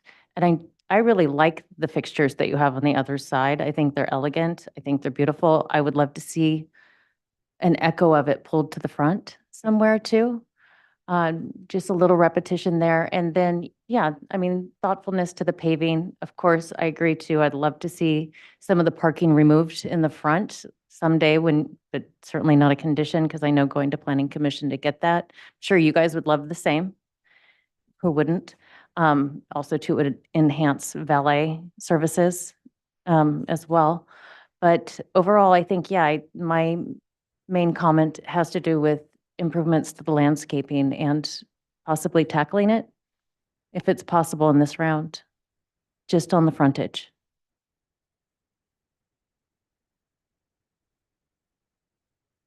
I tend to echo what my other members say. I think this front door is lacking. I have a client that are actually who uses the word underwhelming. And so it's not as bad as the last project. Oh, thank you. Is it the massing? Slight back in. Oh, it just, you make a big deal, it's modern, it's historic, and then you come in with something that has nothing to do with either of those two words. And you say, well, we want it, and it's just like, please make it modern, please make it interesting. I don't care if it's understated. I think that that's okay, but underwhelming, that's something else. I know your work. I know you can do better than this, and please go and take the lead. Okay? Yeah. And I think we're back at the full board, yes? Yeah. John, can I add one more comment? Yes, please. Okay, back to the door. This is something that I've been thinking for a long time too, because much longer than today, about the same issue that, every time I drive by the club, I see the damn little hole. And I always, because you did the interior, the space, as soon as you come into that front door, it's a beautiful two-story lobby. And when you look at the pictures, you can see that, how tall is the main entrance and how tiny is the outhouse. And one way of trying to really play with that, make it more important, maybe you can add some vertical to it. The tower is very tall and the door is very low, and it could have some maybe windows above it, or make the door 11 foot high, foot tall, to give it a little dramatic go with the tower. So suddenly you don't see thing that 12 feet and then the other thing that 8 feet. And that's always an issue when you see, well, no matter what you add to it. So that's just a suggestion. Look at that and see what you can do. I know it's comment, but if you don't mind, I would like to reply just so that we don't get a like, I would love to do what you were just describing, some of it, maybe not go 11 feet. There's actually a very short vestibule over the top of that door, which is, in other words, you don't walk straight into the tower. You walk into a vestibule, which has a low ceiling, and then you walk into the tower. So you don't have that immediate extra. Why do you need to keep the vestibule? Pardon me? Why do you need to keep the Oh, vestibule? It's right there at the base of the tower. Yeah, because it has a lot to do with the fire exiting through another stair. There's It doesn't have to show the interior. It may be just a way to dress it up. let's put it this way. We'll go back and study. That part I got very clear. Another stair. I just don't want you to think that there's, like there are constraints that we're working towards or with. And just speaking of that, you all know, we're going to go to HLA. You mentioned it. It's difficult to do things at the Coral Casino because of the historic nature. They'll be, and really appreciate all of your comments. We'll take them. I'm sure the HLAC members will listen to them as well, but they may have their own perspectives on some things that may limit the ability of us to fully respond to your comments, but we'll do the best we can. Thank you. Item number 4, 605 Cowles Road. For members that have been on this here for a while, this is at least the third proposal we've seen up there over the last couple of years. This is the one right up on top. Yeah, so, yeah, I think this is the third time in the last 2 years or so. This is a state project. What? The hilltop. It's the same piece of property, but it's a completely new design. And I don't know who, Steve, I see you. I don't know. I will introduce the team here. Okay. It's Steve Fort with SEPS Land Use Consulting. Andrew Petrosky is with me today, along with online. We have a couple of people, Michael Ember. Andrew is working for Michael's firm. Cheryl Fields, landscape architect, is online. I believe Tim Hazeltine is also online, as we have this historic reservoir at the property, and not in attendance, our civil engineer, Mike Goins. I'm just going to do a brief intro, then hand it off to Michael real quick, who's then going to hand it off to Andrew to present the plans to you. You are correct, John. New property owners, new project. Andrew, with me on my right here, actually worked on the previous iteration and presented the previous iteration to you guys at MBAR. So he has a great knowledge of the site, your previous comments. He's familiar with the historic reservoir, the neighbors, and he's carrying that knowledge over to the project that you see today. I'm excited about the project and the way it kind of plays out the history of the site and integrates with that historic reservoir. And I hope you like it too. We have met with neighbors and we're continuing to meet with neighbors. We're in conversations, sharing sections and things with our neighbor down at 447 Lanai, who actually may have a representative. Their architect may be listening in today. And it's all moving along pretty well with the neighbors to date. Our FAR is 101%, 4 square feet over 100%. We do have the basement is partially underground. That's reflected in the FAR stats. Detached accessory structures are proposed and are in the FAR stats.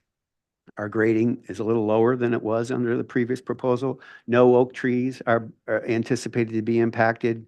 We have some cisterns on site that we're going to take advantage of for irrigation, and plenty of room to deal with stormwater as that's developed. Fire department is happy to date. We've met with them up there and we're in good shape with them.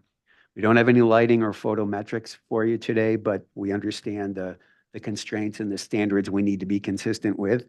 We have not submitted with an LUP yet. That'll be our next step. Hoping for some comments today we can work with, and then we'll go prepare that LUP application. We will go in front of HLAC as well once we get submitted and in process with planning. So I'm going to hand it off to Michael Ember, who is online, and Michael's going to speak briefly, then over to Andrew. Hi, thank you, Steve. I thank the board for allowing us to present 605 Coles. We're pleased to have been tasked with redesigning for this site, a more romantic vision of what this could be. And I hope the board finds a more sensitive and more compatible solution for this site. I'm going to hand it off to Andrew Petrosky with their Santa Barbara office, and he'll walk you through the rest of the drawings. Great. So as you alluded to a second ago, this is a third redesign and since 2017, I believe, that the board has seen. Today, we're presenting what we feel is the most romantic and inspired design to date as it pertains to the 605 Coles Road residence. Can we start with the survey, please? It's a couple pages in. Andrew, can you, Yes. do you know where this is? Right on top. Okay, and do you know where it is? It's right on top of Coles. End of the road. The 7 hills, right? Correct, one of the Hilltop Barren properties. So as you can see, the current state of the property, there is a slew of existing foundations there from that project that was permitted and started being built in 2017. Right now, all that remains are concrete subfloor and a small little piece of the garage remaining with the terracotta roof on it. The survey is also an important reference point to notice the existing reservoir, which is in the upper left corner of the site, just south of the existing oak grove. That reservoir in previous project iterations was converted into a bocce court of all things after being a really important historic relic. We're hoping to restore it to its former glory as a part of this project. We can go to the illustrative site plan, which I believe is on page 12. A couple more down. These are the civil sheets, conceptual grading that I'm more than happy to circle back to, but I'd like to start with the site layout. Here we go. Thank you. All right, so here is our proposed site layout for 605 Coles. We are drawing inspiration from the past, but also carving our own way forward. Where we started with this design was the reservoir itself, which is the historic relic that we've inherited here. How we've respected that is we've shaped a central auto court for visitors just to the south upslope from the reservoir, with the architecture of the garage and the main entrance to the home. Experientially, as you enter this site, you round the corner from what you see on the upper left of the screen, and you take that long sweeping curve through an entry gate. And as you drive through the property, you're greeted by an olive orchard on that we're calling the West Garden, the entrance to the property. You are greeted by a sort of gatehouse structure, which is a stacked accessory structure composed of a yoga pavilion and a guest house. That is more of a sculptural landscape folly that you'll see later on in the elevations. As you pass through there, you enter the auto court, which is for visitors and owners. It is not a fire access part of the property, which we've gone over with the fire department. When you continue going, you're greeted by a portal to the rest of the house. That was the image that you saw on the first slide of this presentation. It's based on a traditional zaguan in Spanish colonial architecture. That portal takes you through to a main courtyard that the entire house wraps around.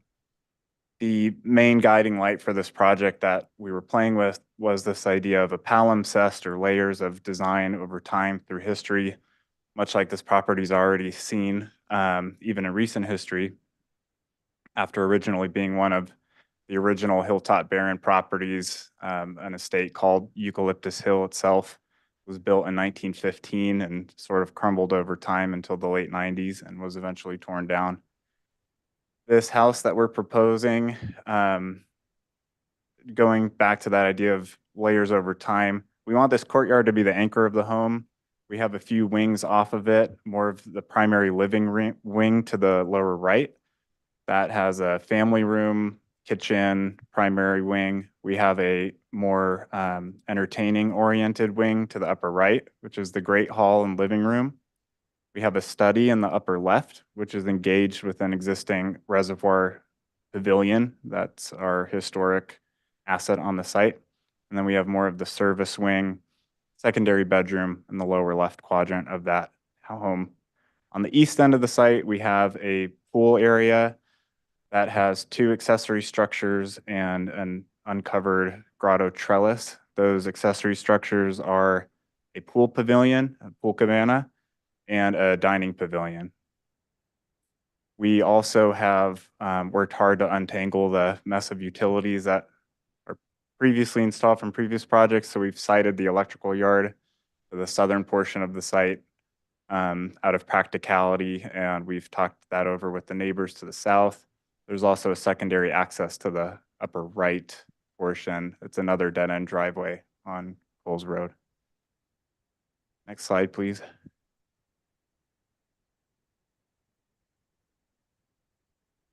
Here's a roof plan. We are really trying to create masses of low sweeping planes of roof with a few punctuation marks along the way. Previous iterations of this plan have toyed with second story offerings that were not too well received by the public and the neighbors. We've taken that to heart, and our only 2-story elements or things that break the roof line are a 156 square foot lookout tower in the upper right corner of the courtyard. You can see that darker polygon there. And then there's a small portion of a wall on that gatehouse structure on the left side of the plan that punctuates the existing roof lines, proposed roof lines.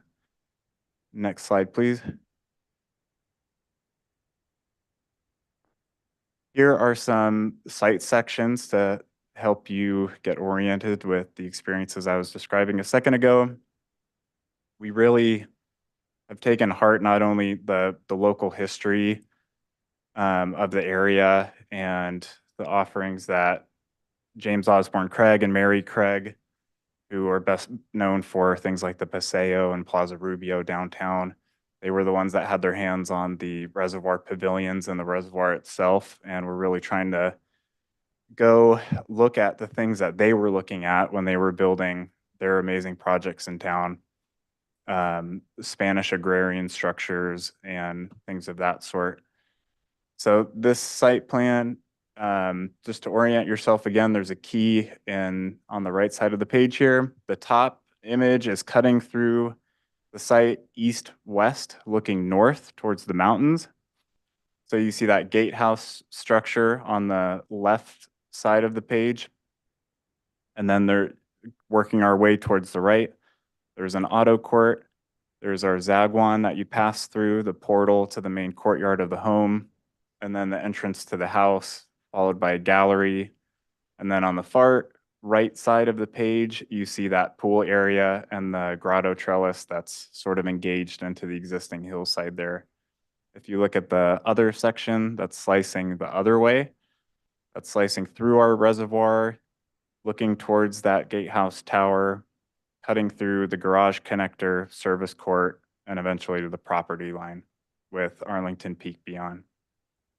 Next page, please. Next page, please. We can circle back to the lower level plan in a second. The home that we're proposing and the major site elements in general, we've tried to really harken back to what the Olmsted brothers laid this site out for back in the day. They were the ones that master planned the original Coles Estate, which went all the way to 192 Barker Pass and Eucalyptus Hill Road.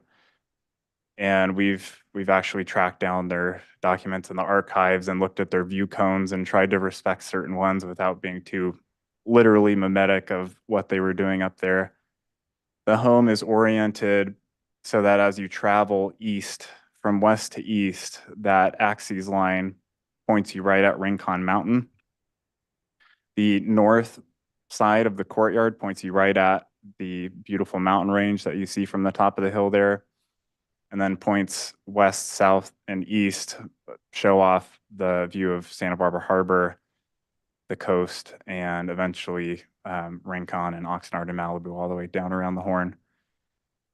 Just to touch on the basic floor plan in a little bit more detail, you can see a lot of our main day-to-day programming is on the lower right portion of the home.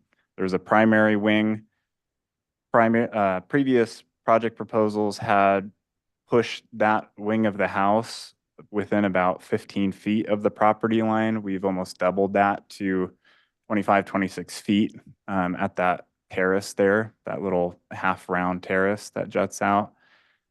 We are also stepping that southern wing of the home down with the hillside and the topography so as not to create something with a massive plinth that serves as a visual disturbance downslope. You can also see something that I haven't pointed out previously, but there's a pergola on the north side of the auto court, just south of the reservoir that we're proposing to restore.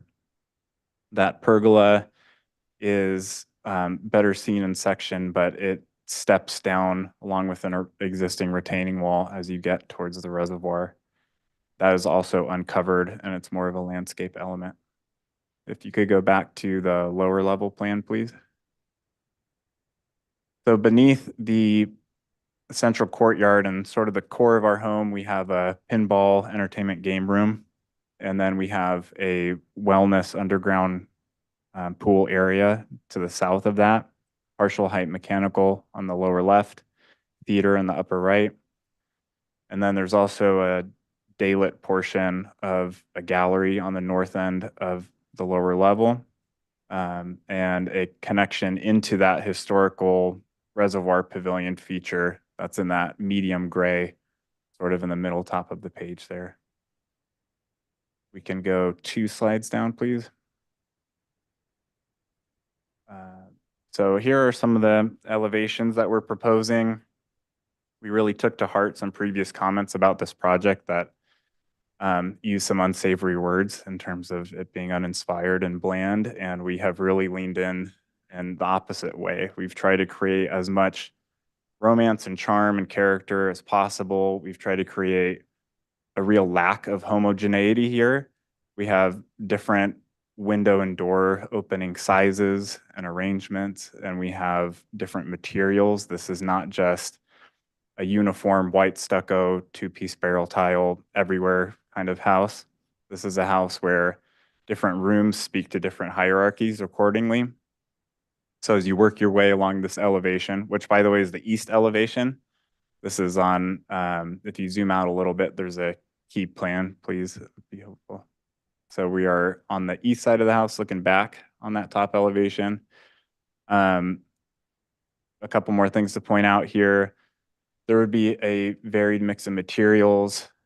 There would be plaster, which would not even be one tone throughout the whole home. You would find a buff plaster on certain parts, and you would find a white plaster, more of a white plaster on other parts of the home, with stone elements interspersed between, landscape growing over certain parts of plaster to make that seem like a fourth wall material in a certain way.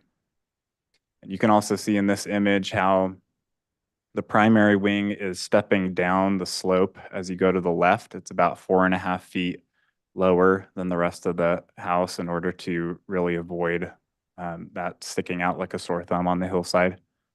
You pan down a little bit, please, at the north elevation there. You can see that daylit portion of the basement, the northern end of the courtyard, the great room on the left side of the page, our lookout element in between the courtyard and the great room, and then a study with a large north-facing window on the right side of the page. That right below that study is one of the James Osborne and Mary Craig Reservoir terrace portions of the site that we're inheriting. Next page, please.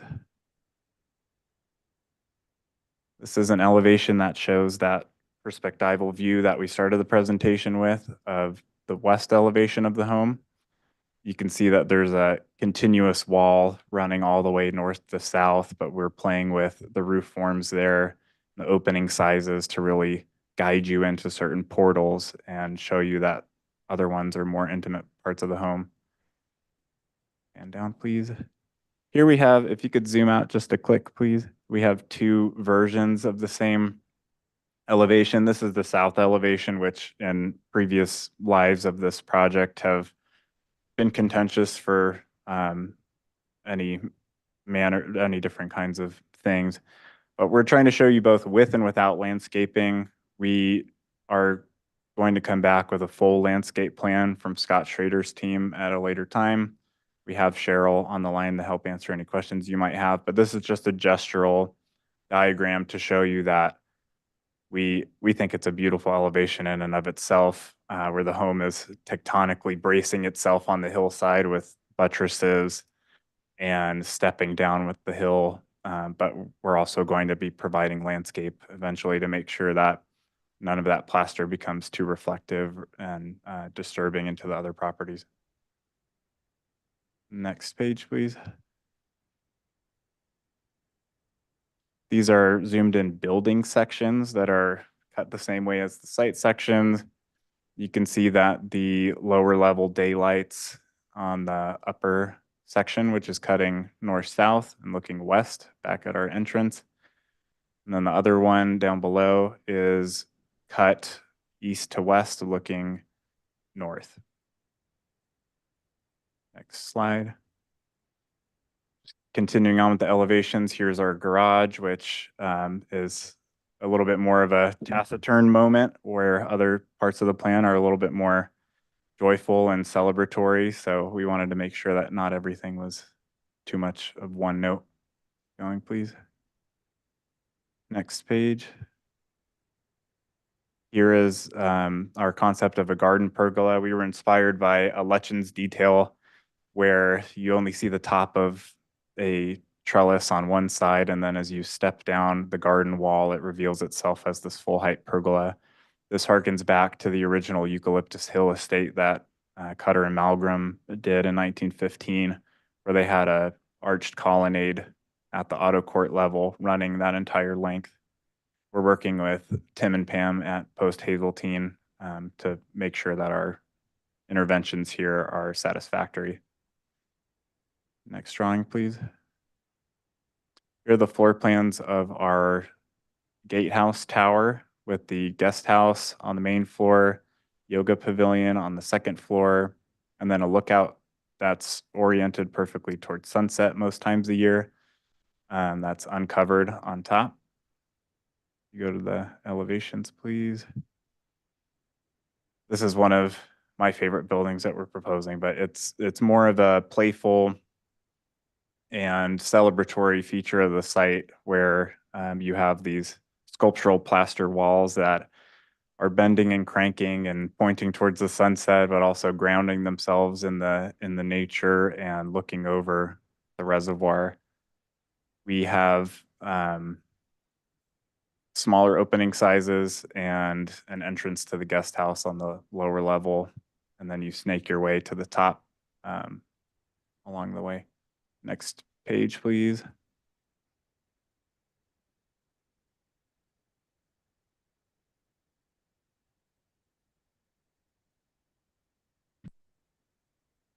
This is the pool area cluster of accessory structures that we're proposing. We have that dining pavilion on the east end. We have the pool cabana on the north end, and we have a grotto trellis on the west end, which is sort of a Italianate landscape move as you step your way down to the elliptical pool that we're proposing. And then if we keep going, we can show you a little bit of the roof plan. Next, please. Some of the proposed building character. These are low stone buildings that almost look like they could have been certain agrarian features of the site back when this was Alta, California, and filled in with steel and glass over time. And again, this is looking north towards the mountains. Next page, please. This is looking west back at the home. You can see that grotto trellis and the pool cabana to the right of that, and the property line on the left side. If we go to the very top of the presentation again, just to touch on it briefly, the grading quantities and grading plan. Couple more down, please. Keep going. One more. Here we go. Sorry, one more. That's the demolition plan. So proposed grading, we've inherited a long history of projects, as you all know, and we're doing our best to not pull any major moves in terms of grading on the site, drastically re-envisioning grading on the site, rather. We inherited the sort of bench from a previous project, and we are plunking the house right down on that bench. That the pool area barely has any grading. A lot of the grading is being done just to meet the requirements for fire access and, rules of thumb for pathways and stairs and things like that. We have less export or excavations than previous projects. We're at about 5,000 cubic yards on this one, whereas previous projects have been in the league of 7,600 cubic yards. So we've taken comments about that to heart as well. And then if we could very briefly just show some of our inspiration images that are, no, the other way, please. Down. Yeah.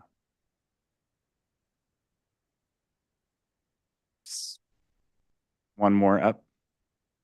These are just showing some of the Spanish agrarian precedents and materials that have inspired us, a mix of stone, plaster, different kinds of plaster, and introducing some landscape elements. Next page. These are some of the landscape ideas that we have. We're preserving the oak grove on the north end of the site. We are trying to introduce things like olive orchards, but also punch in little lotus land inspired elements like a small cycad garden or aloe trees and things like that, since it's right down the road and it serves as a big inspiration to us. And then here are some existing site pictures. And I know that we will probably all be walking the site at some point with story poles. So I figure we can save a lot of that orientation for when that time comes. Again, thank you so much for this opportunity to present the project to you. We're all very excited about it, and we're eager to hear your comments. Anything else from your team? Michael? No, thank Okay, very good. Thank you. So very nice presentation. Questions, Bill, please. I forgot what the FAR was. Is it? 101%. Okay. The north elevation there, I don't know if you can go back to that, David. It shows a great room. What's the height of that from the grade to the roof there? Keep going up there, David. Back up. Keep going. Are you interested in the ridge height or the plate height? Ridge height. Yeah, So to the top of the ridge there, I'm looking at there we go. 23'9". Well, now, is that from grade though? Because you've got, that's from finished floor, but then you've got kind of a, On the north elevation. yeah, that, Apologies. that seems to be the tallest elevation outside of the tower there. Is that about? Yeah, it looks like we have about an additional 6 feet below that at the highest part of where the grade drops off. Okay. And then last question, more of a question. The structures, are these going to be wood frame, steel frame, a combination? You've got some angled walls on the interior, just out of curiosity. We're trying to make the masonry portions of the home as true of masonry structures as we can and really lean into, 5-inch plus thick stone veneers laid out in a very tectonic way where you can see the bases of them are sloping and canting out and acting in a way that masonry would. Yeah. But we're hoping to do as much CMU and masonry as we can. And the yoga room, being that it's got sloped interior and sloping exterior walls, would that be a poured in place, or what do you think? It would depend on the portion of the home, Yeah. what we come to with the contractors. And these this is the type of construction we use quite a bit as an office, and we've done it in varied ways from CMU backing to wood frame backing to steel frame backing. There's multiple ways we can do it, just depending on where we are, the action of the stone, and quite frankly the cost. And I'm assuming the stone, you had mentioned plaster colors are going to vary a little, but are the stones going to be similar? Is it, I mean, the idea is that it was evolved over time, that, at one point this was a small structure and then it's had additions that have included to it. Is the idea though to try and unify it a little more, or are you thinking that it's going to have a variety as it seems to show? Well, I think that's an important question. It will be varied in its uniformity. So we're very used to bringing in stone from different quarries, but blending it in a way that it all feels, married and one. But it may shift aesthetically from one piece to the other. And just to add to that quickly, the existing reservoir pavilions are Santa Barbara sandstone, so we don't want to get too eclectic. Too far off of that. No. Okay, thank you. Chip, questions, please. Yeah, by the way, thank you. As John said, it a very beautiful presentation, and I think that what makes your presentation very successful is that I think your renderings are very beautiful. By the way, it's not a comment; it's leading to my question, John. So you know. Something about you. Thank you. Yeah, go. And which unify your presentation. But the question I have for you is that as we reviewing your proposal, elevation after elevation after elevation, it seemed to me like it came across like if it's the collective of all your firms work in the last 15 years, because everything is different. I just look at every elevation with different elements, and you go from Romanesque to Spanish to Southwestern, and so after a while, I mean, personally, I can't tell what the direction of the project. It's all beautiful, but it seemed like it 5 elements too many. So can you maybe address that a little bit and explain to us, is this, what is it? Yeah, I think that was important in what the owner was seeking in its romance. What we didn't want to do is go to a prescriptive, Santa Barbara aesthetic for everything. What we tried to do is go back to some of the original inspirational precedents for Santa Barbara and Montecito, going to southern Spain and the Mediterranean, and looking at, as Andrew mentioned, a palimpsest, or this kind of narrative, or there may have been this structure that was simply a fortification structure to stake your land, and then eventually there was a barn, and then eventually there was a hut, and then eventually the estate was built, and then there was these other outbuildings that ended up growing over time, so that this had this feeling of not being built at one time, but growing over different generations to be this more romantic combination of structures that all married together with the site. Can I finish my question? Yes, please. And I understand the concept, what you're trying to do, but usually, when you see buildings like that, it's really evolved over a long history of time. Mhm. So unfortunately, this is a brand new building. It's going to all be built, hopefully in this year or next year, and try to recreate something out of nothing. I'm just asked a question, is that, do you think that will be successful because of that concept? Normally, that's a good question, because normally wouldn't you see different architects try to attempt this, it comes off as being contrived. We're very sensitive to that, and we were brought into this project because this is what we do, and we're very successful at doing that and making it feel authentic and real, and as though it's been there for a while. So we're very confident that we could pull this off and make it feel as though, once it's grown in with the vegetation and the gardens, as though it's been there for a century or more. Thank you, that's all I have. Rob, questions, please. Who has the great hand is that Michael that does all that drawing? Talented mix of individuals. Okay, Yeah, it's really it's several people in our office. Thank you. very nice. And yeah, I agree. The presentation is great. The master plan and the kind of aged quality of that's really nice too. But with, Tip's alluding to something, are you open to, I mean, I like the kind of village concept, but are you open to maybe simplifying some of it, or kind of maybe throwing out a few,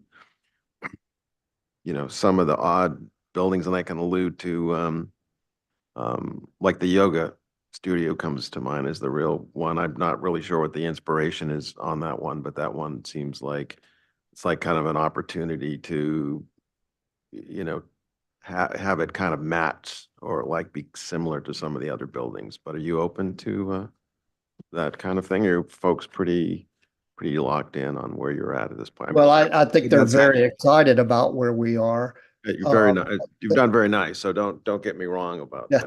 that. Well, thank you. They're very excited about where we are. I think, it's very difficult to take, drawings and make it look all cohesive. I think one of the things we really strive to do is spend a lot of time on site working with craftsmen, working with materials to make sure that we achieve that in the end. We always start with very large, complicated mock-ups and spent a lot of time on that before even laying the first stone. I think the yoga pavilion, everybody was excited about because it was a little bit different and it's set apart from the main house compound. So could it be rendered in a similar materiality to pull it together? It is contiguous in that it's connected to the wall that then is connected to the garage. And actually the roof of the garage sits on that wall, so it all kind of stitches it together. But yeah, this is a more unique portion of the project. So far, everybody's very excited about it. So So when I looked at it earlier today, I did write the word fantastic, on my note. So I can appreciate if that's what you want to keep. Anyways, that's all my questions for now. Stacy, Thank you. questions, please. Can you speak more to, because this is the third iteration, I think, on this site, and I was here for the previous rendition. I happened to have a review that day and sat through the whole thing. This is definitely so much different, but I remember one of the big comments was the sensitivity to the heights of the buildings because it is on a hilltop and the surround. And the sensitive side is at the south side. Can you talk about what areas that you really focused on and how you tried to differ from your predecessors in your approach and attempt? Andrew, since you were involved with both, why don't you take that one? Yeah, I can jump in on that. The answer to that is that we've had different conversations with different neighbors. Working our way around on the west side, the idea of access and driveways and, what you see from that end of things has been a major concern. On the south end, there were major concerns from previous iterations, like I said, about a second floor. There was a guest suite that was actually framed at one point, that kind of loomed over everything down slope, and nobody in that direction appreciated that. So we didn't try to tread on any neighbors in that regard. On the east side, that neighbor is buffered by quite a big lawn area, but we've had conversations with them even about the northeast access. South of the property on 447 Lanai, which is actually not contiguous. It's separated by about a 80-foot strip of land. We've had very long discussions with them about how they would or would not see the pool area, the programming proposed at the pool area. And we're interfacing with both the owner and the architect on that side to make sure that everyone walks away happy with this design. Yeah, and I wanted to point out that anything of any height at all has been internalized into the site. So nothing is on the edge of the site. Very good.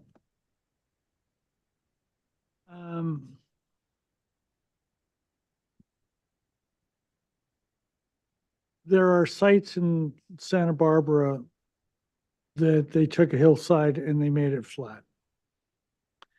This thankfully is not that. It does round down. But in doing that, it creates the buildings at a much potentially higher level as viewed from around. So the question is, given that as a reality that this site has, I can argue that the great room could be overly great in terms of its height, and maybe some of the other rooms as well. So what's your comment about the overall height of this building and its potential imposing character on the community? Specifically on the north elevation? I think from all sides, and just grab onto the whole project and answer that, please. Okay. So a couple of things, I think starting on the north side, as you can see from the survey, thank you for having that pulled up. We have a fairly dense oak canopy there. And that oak canopy continues practically all the way down to Lotus Land, with the exception of some of the homes that are built along Coles. I think that oak canopy does a really good job of buffering visual impacts downslope looking up towards our site. And we're going to do our best on the south end, which is obviously disturbed and not heavily planted right now, to really bring a lot of landscaping in there with our team in next rounds of review. The west and east neighbors are a little less visually impacted, but really we're hoping to create something that doesn't loom over the community. But, you know, if people are in the area and they do catch a tiny glimpse of something, we want it to leave that question in their head of, oh, is that one of those Hilltop Barren properties? You know, and I think that's one of the most amazing things about Montecito to me, is that you do have this legacy and history, and you still today have these different view corridors from different properties of these amazing little architectural elements that were gifted to us over generations. Yeah, and I wanted to speak to that a little bit. You know, one of the things that impacted me when I first looked at this project was the fact that the previous iterations took no recognition of the existing site whatsoever. And so that was something that we intended to do from the very beginning. If you notice on our plan, what's on the plateau is fairly low. And then what we do is try to embrace those slopes as it peels off, so that we're recognizing the topography, and this feels as though it's a part of the hilltop and not just sitting on it. So that was something that was really important to us conceptually. Andrew, do you live here in town? Yes, I do. Are you familiar with Barker Pass as you come up from Sycamore Canyon heading south? Yes. And are you aware of a house that is very visible from that area? Are you aware of that house? It doesn't come to mind immediately. Okay, please go by and take a look Okay. at that, okay? And you'll see why I'm asking the questions I'm asking. Okay. Sycamore Canyon, going south on Barker Pass, you can't miss it, okay? Noted. And I think Andrew's also brought some examples of the roof tile, which is a wheat color. Well, That's- when Andrew sees it, okay, so public comment. Is there anybody that would like to address the board on item number 4, 605 Coles Road? I understand it's the correct pronunciation. Yeah, not Coles, Coles. Yes, no? Anybody? So far, we have 2 hands raised, and of course, if you're joining us by phone, and you'd like to speak on this item, *9 to raise your hand. So our first speaker will be Denise Hammett, is it Beaker? Yes. To be followed by Brad Clark. Hello, I've spoken. Minutes, to you in please. the past. I'm sorry, what? 3 minutes, please. Okay, a few questions. The existing foundation that is currently there, will you be able to use any part of it, or will all of that have to be dismantled? It'll all have to be dismantled. I've never in my career found an engineer that'll sign off on an existing foundation. Okay. So, unfortunately, that's just the way it works. So, Okay, thank you. I have some concern about the underground pool. I'd like to understand more about that. And the eastern corner where the pool and those outbuildings, I'd like some story poles to be put up that's very close to the property line. And we own the 3 adjacent properties to this property. Thank you. Is that it? Yes. Thank you, Denise. Art? Brad, are you there, please? Yes, I am. Brad Clark. I'm an architect. I worked on the project at 447 Lanai Road. And the owner asked me to just pass on a couple of comments. We did get to review this previously with Andrew and Steve, and that was, I appreciated them showing it to us. What our concerns are the pool area, and we just want to make sure that there's adequate screening between the pool and whatever structures go in that area and the property below. So we just want to maintain the privacy that's there right now. And that'll probably come along with story poles and a landscape plan.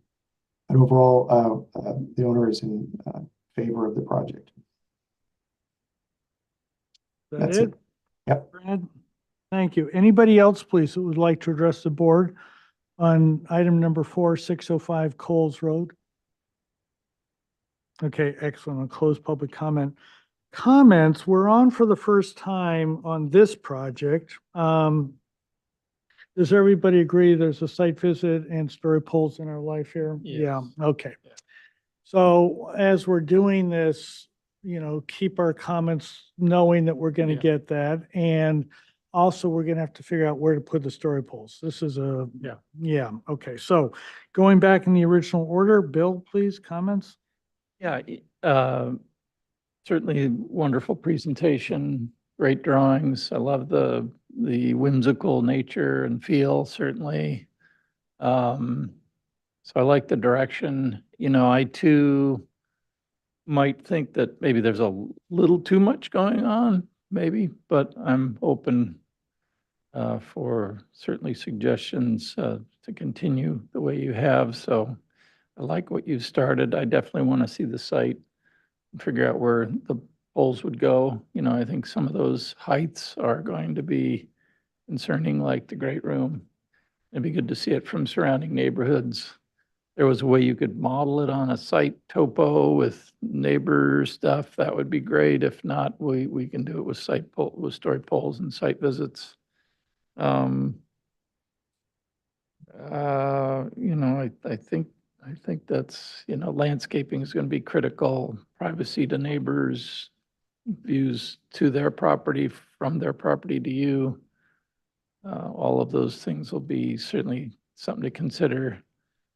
Landscape plan will be important to show how to screen what's happening. I think generally though, you've got a wonderful project. I think you're heading in the right direction, but we need to see a little more information, I think, in the field. Thank you. Yep, comments, please. Yeah, as I was trying to make a point, I think that when it's beautiful, but when I look at this, it's almost seems like it's been designed by several different designers grouped together. And sometimes, you do it to make the project feel a little smaller. This case, I think it makes the project feels bigger, just because there's so many elements to it. It's to the point, I'm not sure what do I like, it's almost, I feel like I'm going to a buffet line and I'm not sure what to eat. They're all great. So if you can try to find a way to unify the project a little better, pick what you like, simplify it, make it more unified. It might be going against what you're trying to do, but I think at the end you probably have a more successful project instead of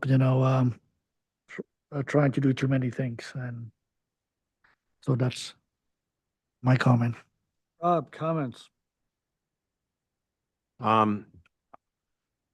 Overall, I mean, I think what you guys have done is, I really like, the whole presentation, the site plan and the master plan, the way it all kind of fits together, and some of the formality, I think you guys have done a great job.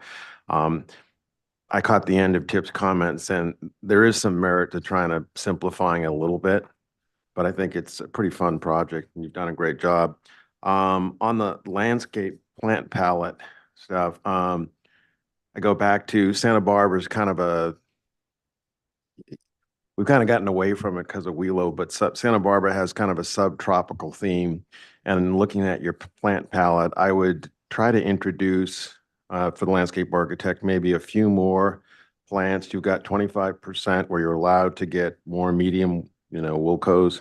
So I would try to take advantage of some of that and get a little of the subtropical qualities that is indicative of the way Santa Barbara has been, as opposed to kind of the plant palette now. And the only thing I saw that was kind of leafy was like lavender, and that's a great plant, but doesn't last very long. So, but I like everything you've done, so I'm really pretty much in support of the project. So, thank you. Stacy, please, comments?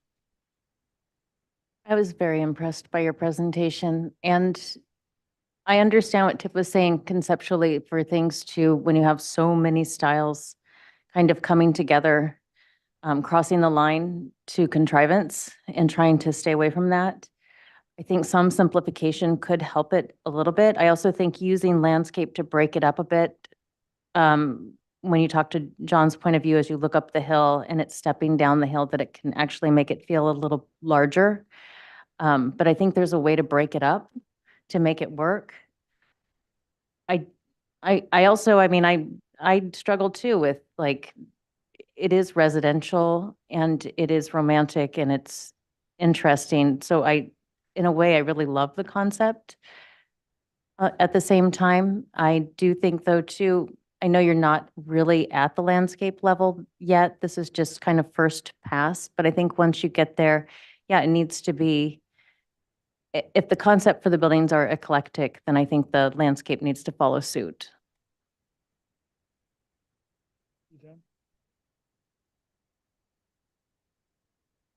I don't talk about this very much, but since the pandemic, Montecito has been under assault from forces that recognize the remarkable place that it is, but they bring their own paradigm rather than trying to live with the paradigm that is here, which is what is remarkable. Now, this has been true for years. I've been doing this on and off for 30 years, but I think it's particularly true now. And it's sort of an aside, but just take a look at what happened 5 years ago on Coast Village Road and look at what's going on now on Coast Village Road. So I think one of the key words that most people haven't really gotten onto is modesty. And I like this building. I like this variety and things like that, but I'm concerned that it is living large.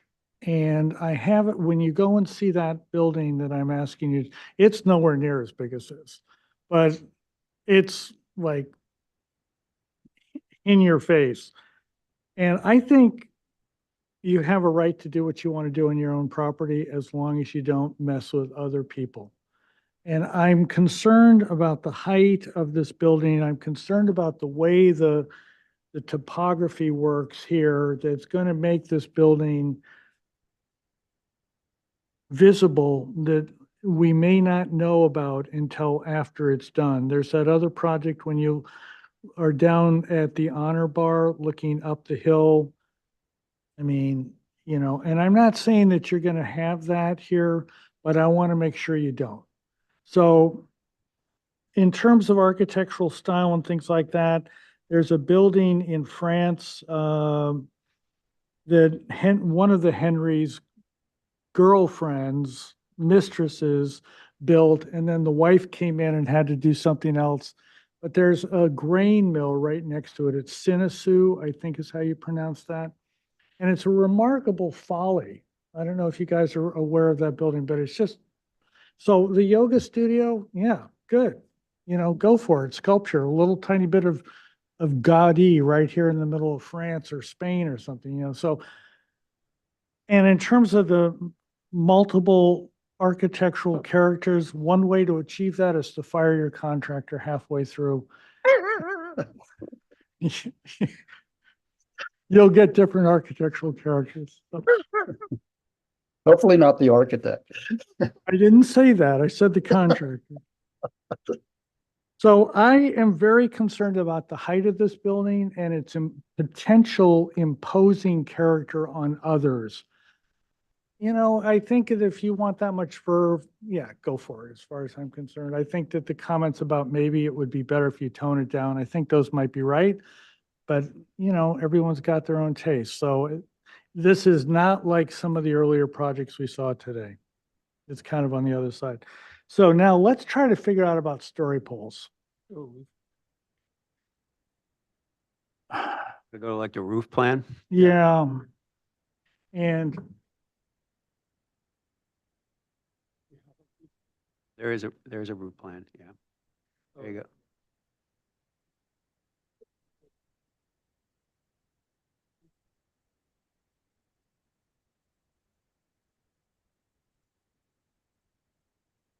Okay, members of the board. So in the past, we've had neighbors down here that have been caring about looking up. This is the tallest building from what I can figure out on the site. And I think this one potentially can be seen way over here. I'm not sure. But I don't think it can be seen up there. And I think it's so far back from coming up Coles that you can't see it. I kind of doubt because of parallax, you can see it, but it is the tallest. Do we want to do that one? Okay, so the Great Room Ridge. Now, what about this area in here? No, but it's, do you know what page those elevations are on, please? PDF page. North is up. About Well, halfway through. what? Down, down, down, not up.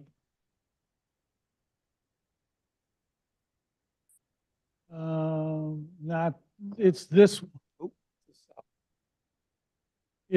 area of the building right here.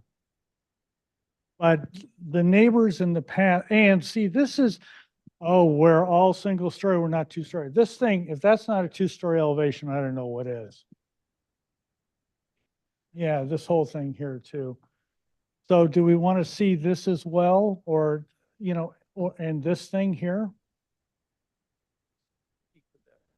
Okay, so can we go back to the roof plan, please?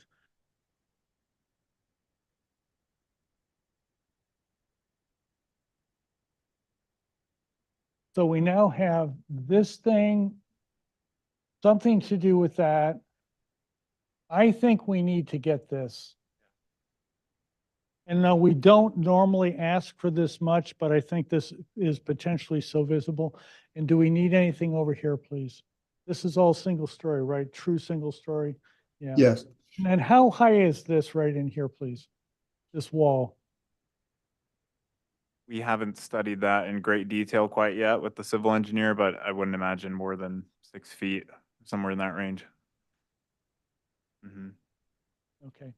So are we good with just those? I don't think we need to do these. But that extension of the building, at least like something simple, just a pole and something that at least you can see the breadth of the length of the house at that point? Where's that over here? Yeah, yeah, just so we see where we don't need the roof line, and just where, Point there? yeah, that kind of thing, yeah, yeah. A single point right at the end. Anything else, gentlemen? We know this is expensive. We don't want it to be expensive, but anything else? Are we good? Okay, so I just want to mention we'd be happy to story pull the pool area structures because the neighbors have commented on that. Down below. Right.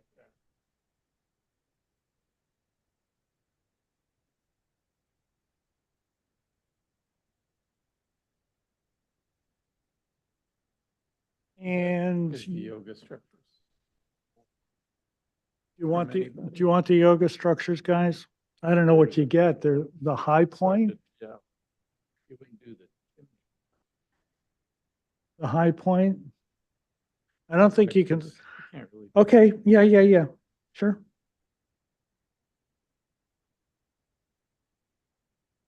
John, I might email you a plan just to make sure we're on the same. Yeah, that's good. Send it through well, you don't have a planner yet. Wait for the planner. You're not going to come Right. until you've got that. So send it through him or her, please. All right. Okay? Yep. And then we may want to have the whole board just take a real quick look at it rather than just the chair during public comment or something like that at the beginning. The storyboard plan, yeah. John, can I confirm the story polls as I understand them? Now what? Can I confirm the story polls that you're requesting as I understood them? If you want, yeah. Ridgeline of the Great Room, ridgeline of the eastern wing, single point at westernmost extent of main structure, and high point of the yoga structure. Is that correct? correct? Yeah, what about the pool structures? Those two? Yes? Yes, Andrew? Yes, pool structures. High points of the pool structures as well. I think the ridge line's over there. Ridge line of the pool structure.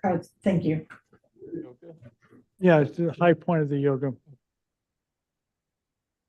Okay. Very nice presentation. you. It's going to be a while because you got to get a planner, you got to. Thank you, Michael. Very much. Thank you. Nice job. Thank you, guys. Really appreciate it. Okay, item number 5, 730 Lilac Drive. It is now 3:30. Do we need to take a little quick break or do we want to just keep rocking and rolling? Everybody good?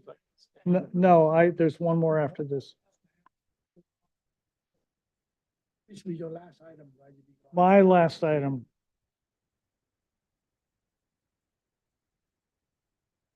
No. This world is never about me.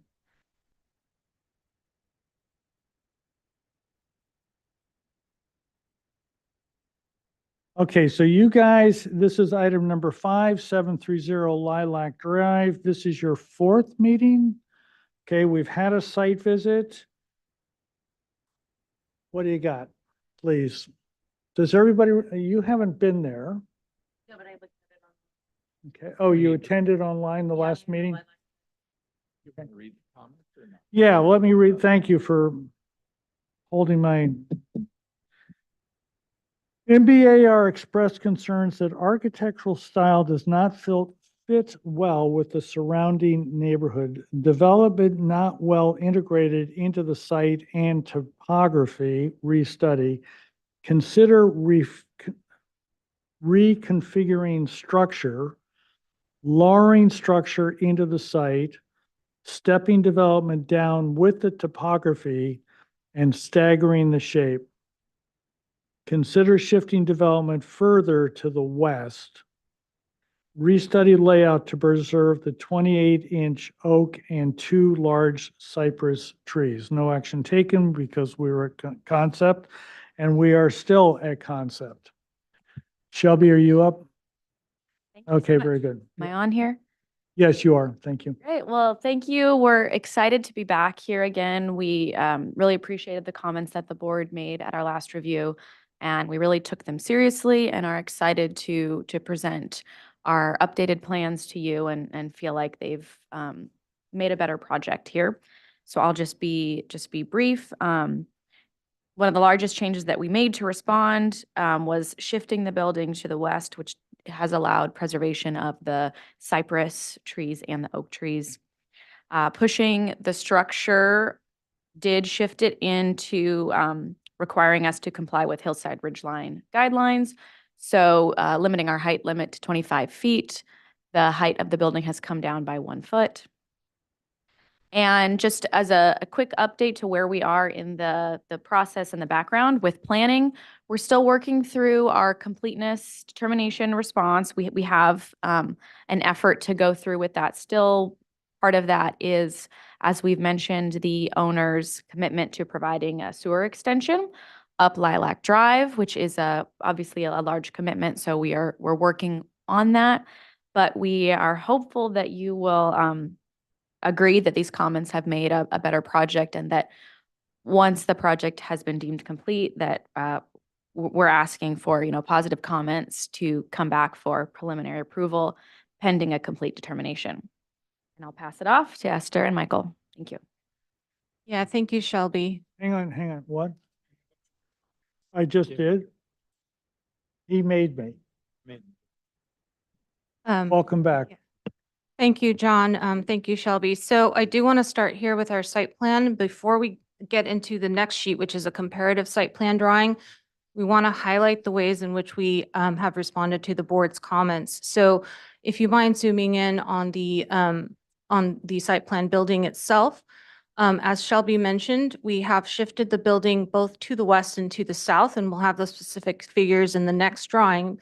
But here you can see that with the intent to absolutely preserve the oak, the 3 oak trees, including the large 28-inch oak and the 2 cypress trees that exist, That, of course, was necessitated, the need to reconsider our approach to the house via the driveway and also reverse the location of the garage entry. So we feel that both of those comments were directly both inspired by previous comments you made at previous hearings and also as a result of wanting to preserve that legacy oak and the 2 cypress trees. So as a result of this move, this actually has created an improvement to a couple of other concerns that the board previously had. One, we feel that we are no longer proposing any removal of oak trees, including the 2 cypress, which are not oak, but are obviously beautiful specimen trees. Secondly, this mitigates or it removes entirely the need for a substantial amount of grading that was caused previously by the motor court. 3, it creates a very deliberate access and entry point for, to lead toward the front door of the actual house, which will be greatly guided by the landscape and the existing oak tree. And, other than that, I think, we'll get into some of the minor shifts in floor plan, but another wonderful thing that we think that has come of this is that just breaking apart that large wall that was fronting the west elevation of the building and allowing for the accessory structure, the pool cabana, to really, kind of nestle itself between the existing oak grove that is between it and the main entry gate, and also what will be the entertainment court area, which is meant to be planted with beautiful olive trees that are going to be reused from the site. So those are just some high overarching, big moves, frankly, that have, from a site planning perspective, that have come as a direct result to wanting to respond to the comments, and we're actually very excited about them, and the owners are as well. A couple of other changes that have occurred as part of this is really loosening up that eastern edge of the building. So we'll get into how the massing has shifted there, but once again, removing the garden view deck that used to exist right off the great room and kind of lowering that on grade, if you will. So now that space is within 30 inches of the great room, but also is kind of living or nestling itself on that part of the topography, which is a fantastic improvement in how the house sits on the site. One of the greatest advantages to that is that we have all but eliminated that Hollywood cantilever that I think you all were so concerned about at the last meeting. So with that, I'm just going to shift to the next sheet, please, so we can just, quickly again go over those comparative site plan drawings. So the top drawing here is our previously presented site plan. Again, major concerns with the removal of the trees, major concerns with that large flat parking area that we were creating to accommodate fire access. And then if you scroll below, you will see how the old footprint sits on the site in comparison to our new footprint. So the old footprint is in pink, and it just shows how the new footprint of the overall assembly of buildings here sits on the site now. It's a lot looser. I think it allows for the landscape and the topography to find itself and weave itself through the architecture, which I think has always been one of our goals for the project, but maybe was not being executed as successfully in previous iterations. So aside from that, moving to our site sections on the next sheet. Once again, just kind of starting here with this first site section, which is taken through the garage. And you can see the preservation of the existing oak and the cypresses. You can see that we are respecting the natural grade along this site section. The next section below it, this is probably one of the most impactful sections to the building. So really stepping back that second floor massing, and we have a comparative section on the next sheet to look at what that means dimensionally. And then the third one just to acknowledge and show how the pool area and the entertainment area sits relative to the natural grade and topography. So next sheet. So again, here, this was our previously presented section. This is the area where you all were able to see the story poles on site. It was pretty tall, not gonna mince words there, you know, about 30 feet or so coming out of grade. And if we scroll lower, we can see that by shifting the building to the west and to the south, also now accepting that lower height limit, we've improved the conditions on this east end. We're creating a deliberate stepping of the massing on that end. It's sitting within 30 inches of that grade area there. And what it's also doing is its overall impact, again, to the street side, which was frankly not as much of a concern for us because we were only ever about a story and a half or so above grade, but it is even 1 foot lower than the existing house overall. And that is at its absolute highest point in the entry area in the tower. Next sheet. Again, this is just to reiterate the changes around the parking area. So the area shown indicated in red above in that section through the previous iteration, the garage was the significant amount contributing toward cut and fill. Again, by doing away with that, that is no longer a factor in both in the grading quantities and also in the design. And we get to preserve the beautiful oak tree, which I think we're very excited about because we believe it will add a really strong layer of screening to, you know, to the property to the north of us as well. So next sheet. Really relatively no changes here to our FAR. So I'm just going to ask us to scroll down to our landscape plan, which is a couple of, again, a couple of sheets down. This is our fire access plan. Obviously, all of these, oh, I don't see our landscape plan. Oh, no. Sorry. Okay. Michael, do you want to take us back to the site plan, please? And we can just make some overall comments about the nature of the revised landscape. Thank you.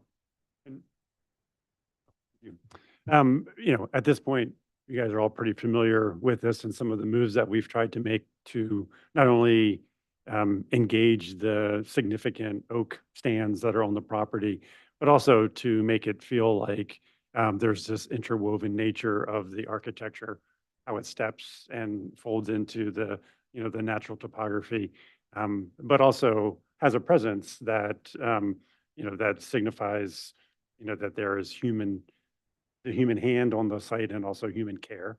In this latest iteration, we've taken strides to, you know, based on the comments of saving the oak tree and the cypress, actually incorporated that into the entry courtyard or parking court of the home, right? So now it becomes a focal point of that entry sequence, and it actually draws you towards the entrance of the house.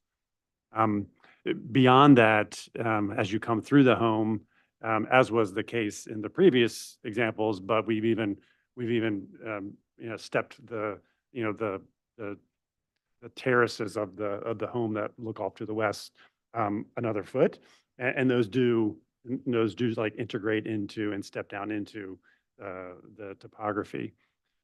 One of the more significant changes, aside from the garage and motor court, which Esther talked about, is moving what is likely to be, it could be a no-mow lawn, but it's likely to maybe be mowed at times, depending on grandkids with the owners. But we've moved that over to the naturally flattest portion of the site, which is up to the north, and allowed that to just utilize the natural topography instead of the more knoll type topography that was immediately adjacent to the home. So we think that not only helps to soften the architecture, but provides for a better experience for the actual lawn and an actual location for that.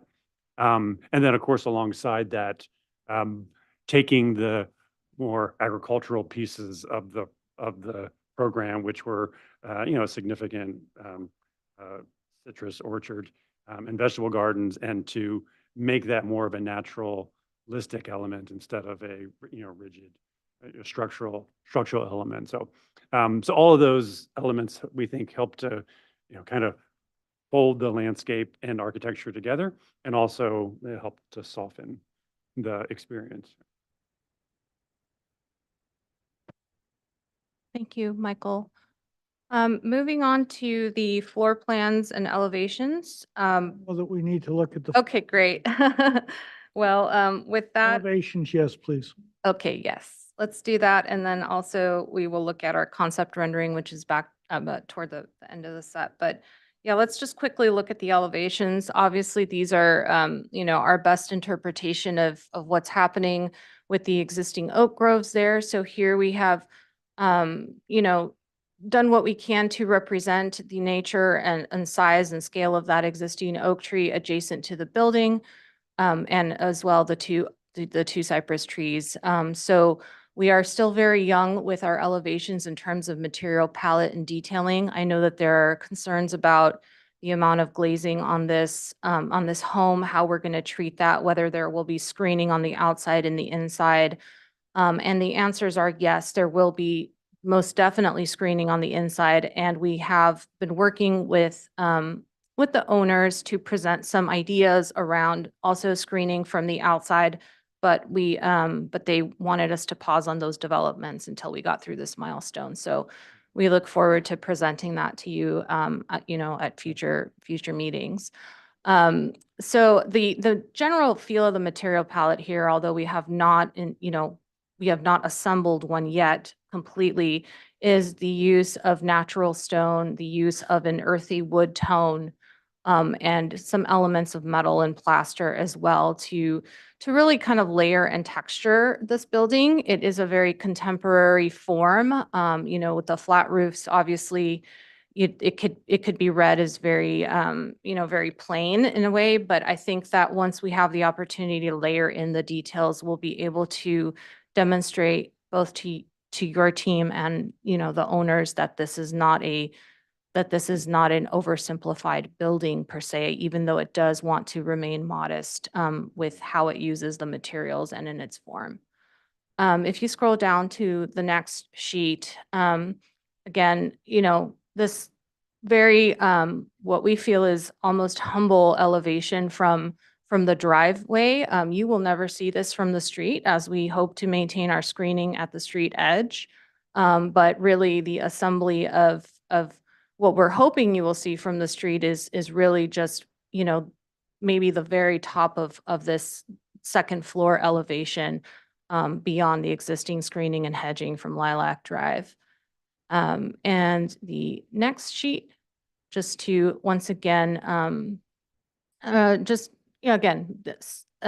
building sections here showing how we are descending, into the house from the site. So I think this first section here is through our entry point. So if we were to zoom in on that really quickly, just to highlight that, we're about 3 feet or so from our finished elevation where you park, and that is a slow progression of landings, if you will, and pavers that can find their way that are, broken up by DG planting, water feature perhaps, that progresses you to this front door in this beautiful 2-story space that really celebrates the twisted oak beyond this entry. So that is in the vista.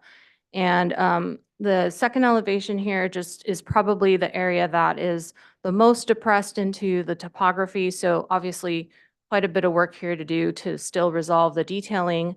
And our third elevation is very similar to the site section, just showing how we have, clipped out a significant portion of square footage on that second floor to accommodate the massing for it to be able to shift itself, step itself back from the edge of that eastern end.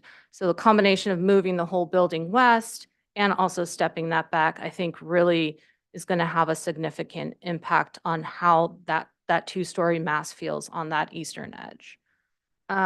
Last but not least is just a very, very, very young concept rendering. We can't represent necessarily the magnitude of foliage and trees that happen beyond our building behind this, so we apologize. You're not going to see the hillsides this way, that it really is going to be backdropped by that legacy oak behind the building. But just to give you a sense again of the way that the massing wants to step back and just alluding to some potential screen systems that we may want to start to incorporate on the skin of the building to help filter both light, natural light during the day, and then also create that sense of privacy and controlling light in the evenings. So the next sheet, John, because I know you reached out to our planner and asked, just some inspirational imagery. Again, this is not, we're not ready yet with details in terms of how this happens, what those edge conditions look like. But it will be a series of maybe pocketing systems or systems that both slide on the exterior of the building and also, layered with level of privacy on the interior of the building to kind of help filter that out. So, these images I think are just a little more representational of the overall mood and the spirit of the architecture, but maybe are not 100% literal to our design. So that is it. We hope you have some good questions for us. Questions, Tip?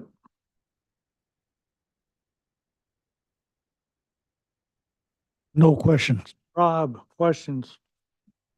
I have no questions at this. Bill, questions? Are the cut and fill numbers on here reflective of what you're doing now, or are these the original that are on the agenda? On the agenda, they're the original ones, and we also noted that the square footage is incorrect. Okay, so what About 900 square feet over our proposed. are your cutting? So this last iteration, we're at about 1,000 cubic yards of cut and 700 of fill. And we need to get with our civil engineer to tighten that up. That is a pretty loose figure there. Yeah, rough estimate. And that's mostly underfoot of the building, probably. Correct. Yeah. Thank you. Is that it? Yeah. Stacy, questions, please? No questions. And I have no questions. Public comment. Is there anybody that would like to address the board on item number 5, 730 Lilac Drive, please? Or I'll repeat the instructions for telephone because Yes, please do that. it's star 9 on your phone to raise your hand. If you'd like to speak on this item, if you're joining us by telephone. And not seeing any hands raised. Okay, excellent. Okay, so we have been on, this is our 4th meeting. They are on for concept, comments, and what should we do next, please? Tip? Okay, yeah, we, I really appreciate all the revision that you're doing to the building, and especially saving the trees and shifting the house and making the master bedroom less, poking out the ground. And so all the improvement, really appreciated. And I think that the project is definitely going the right direction. And I think that we should move this project along. Rob, comments, please. The last meeting, I said something about sometimes when you come out the other end of these that you appreciate. Sometimes you'll have a way of like looking back and appreciate what the board had said. And John told me probably not, but actually, so I think so. I really do appreciate what you've done, and I think it completely has changed the project. Kind of keeping that cypress, keeping the oak. It was like everything you did, you listened, and I think it's a vastly improved project, and I completely support it. And I thank you for doing all that. So, Bill, comments, please. Yeah, I totally agree. I appreciate all the work you've done. I think you've got a good project now, and I can clearly support it. Stacy, comments? I was not here for the earlier iteration, so I don't feel like I should say too much, but how it's presented now, I find that it's very agreeable with the topography and very suitable to the site. I think that this building has much more to do with Montecito than where you guys got started, and even on the steps to this place. I am glad that the entrance is now clear, and I think that you're probably right about that oak and the cypress. I think that's going to be stunning to drive in and look at that.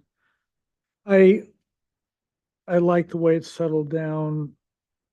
The one area that I'm still somewhat concerned about is the light, particularly from the upstairs, the lantern effect. It looks to me that you have enough solid walls. Some of these houses we see are just like glass.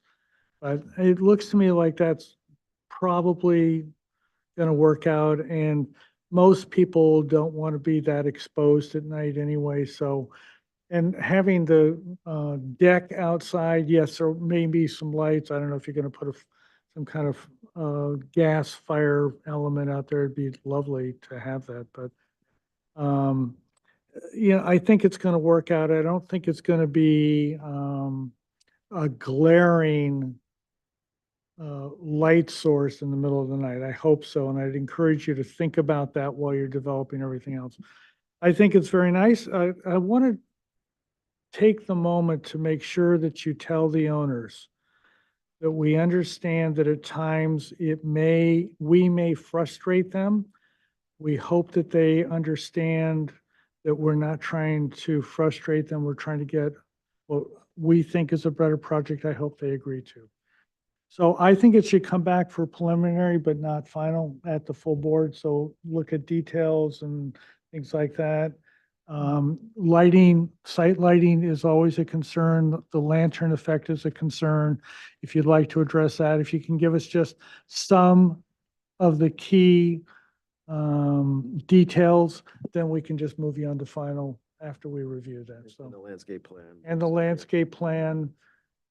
And we low 40.6, and we tend to like you to use the optimal numbers, not the smaller numbers, okay? Anything else, gentlemen? No. And we are on for consent, for concept, so there is no motion. Thank you again. I have a conflict, as everybody knows, so I will see you guys in 1 month. The next meeting is canceled because of staff. Mhm. Remember that? So I'll see everybody. Have a nice month. Okay, thanks. Thank you so much. Yeah, thank you. And we wouldn't admit it if we did. We did think it was a better project because of your comments. Yeah. Okay, we're looking at item 6, 909 La Paz Road. I see Ken is here. And we have a site memo or Mhm. staff memo for this one. Oh, yeah, let's read the staff memo. All ordinance, policy, and zoning code requirements met. Tree mitigation replacement will take place throughout the campus. The location will be approved by the planner prior to permit issuance. Let me read the previous MBAR comments as well. MBAR appreciates applicants' response to previous comments. Very nice project in architecture. Study options to disguise/soften fire lane to give the appearance of walking paths. Okay, go ahead, Ken. Introduce your team.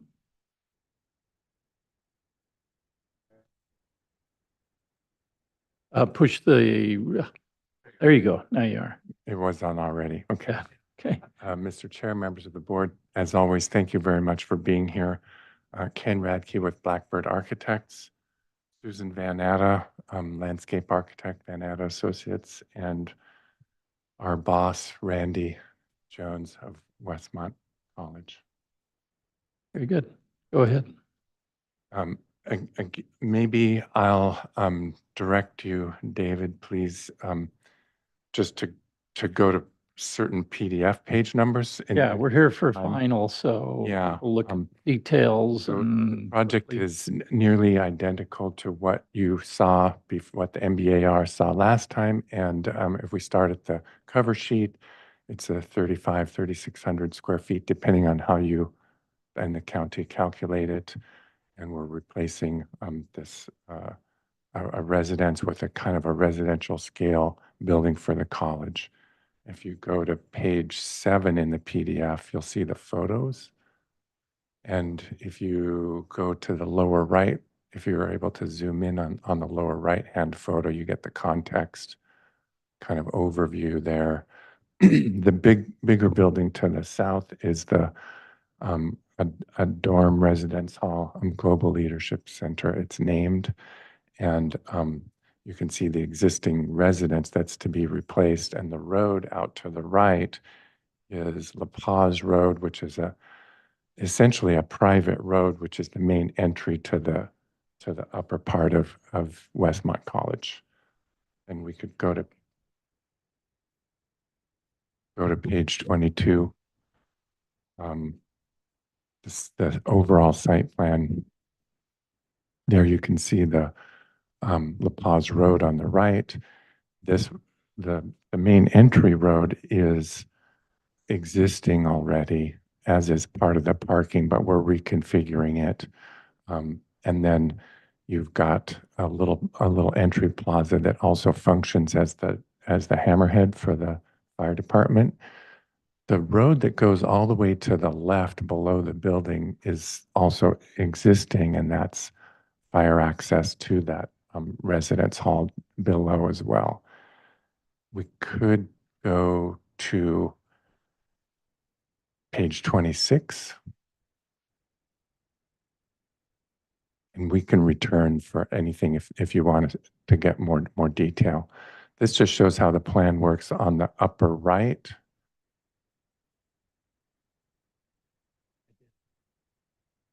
The upper right is a covered entry that's sort of the road facing entry, if you will. And the lower left is a covered entry / outdoor activity space or gathering space, in essence, that has indoor-outdoor relationships with a lounge, classrooms, and sort of gathering and convening space. We go to page 32. This gives rendered overviews. I think this gets you there a lot quicker in terms of understanding. This is that road facing side, which is a pedestrian plaza for entry. And we discussed last time that the height of the building and the fact that it is off the ground was determined by county flood control and the flood hazard calculation, which is different than FEMA and so forth. It's higher. So we've set it at the absolute minimum after a fair amount of negotiation with if there is negotiation with flood control. We listened, and that was the negotiation. And you can see the lower rendering is kind of from that fire access road. In your comments from last time, you can see where the pedestrian access is. We've highlighted that now with a path and we're making it all accessible, which was different than the existing situation. The college really is hesitant to redo the whole road. That was a comment from last time. If we could highlight it as more of a pedestrian access aisle. It's a 20-foot road though. So we're calling out the paving on the side that's accessible. And if we go to the next page, you can see the kind of the low slung long pavilion arrival part from the college there on the left. So that's coming from the west, from the main part of campus. You'd have mostly students and faculty coming by foot across a little bridge. And then we've got a more inviting, broader stair there that you can see where someone's sitting that could be used as an outdoor classroom, if you will. And the plinth that it's on is now it's stone wrapped and also planted at its base for just to make it kind of a pavilion sitting in amongst the tree canopies that are existing. And we could go to the next page. Here you see the elevations, which sort of give you that same information, but in projection. And it's an earthy palette of dark brown plaster, stone at the base, bronze, so-called bronze color for the fascias, flashings, and facade. And then there's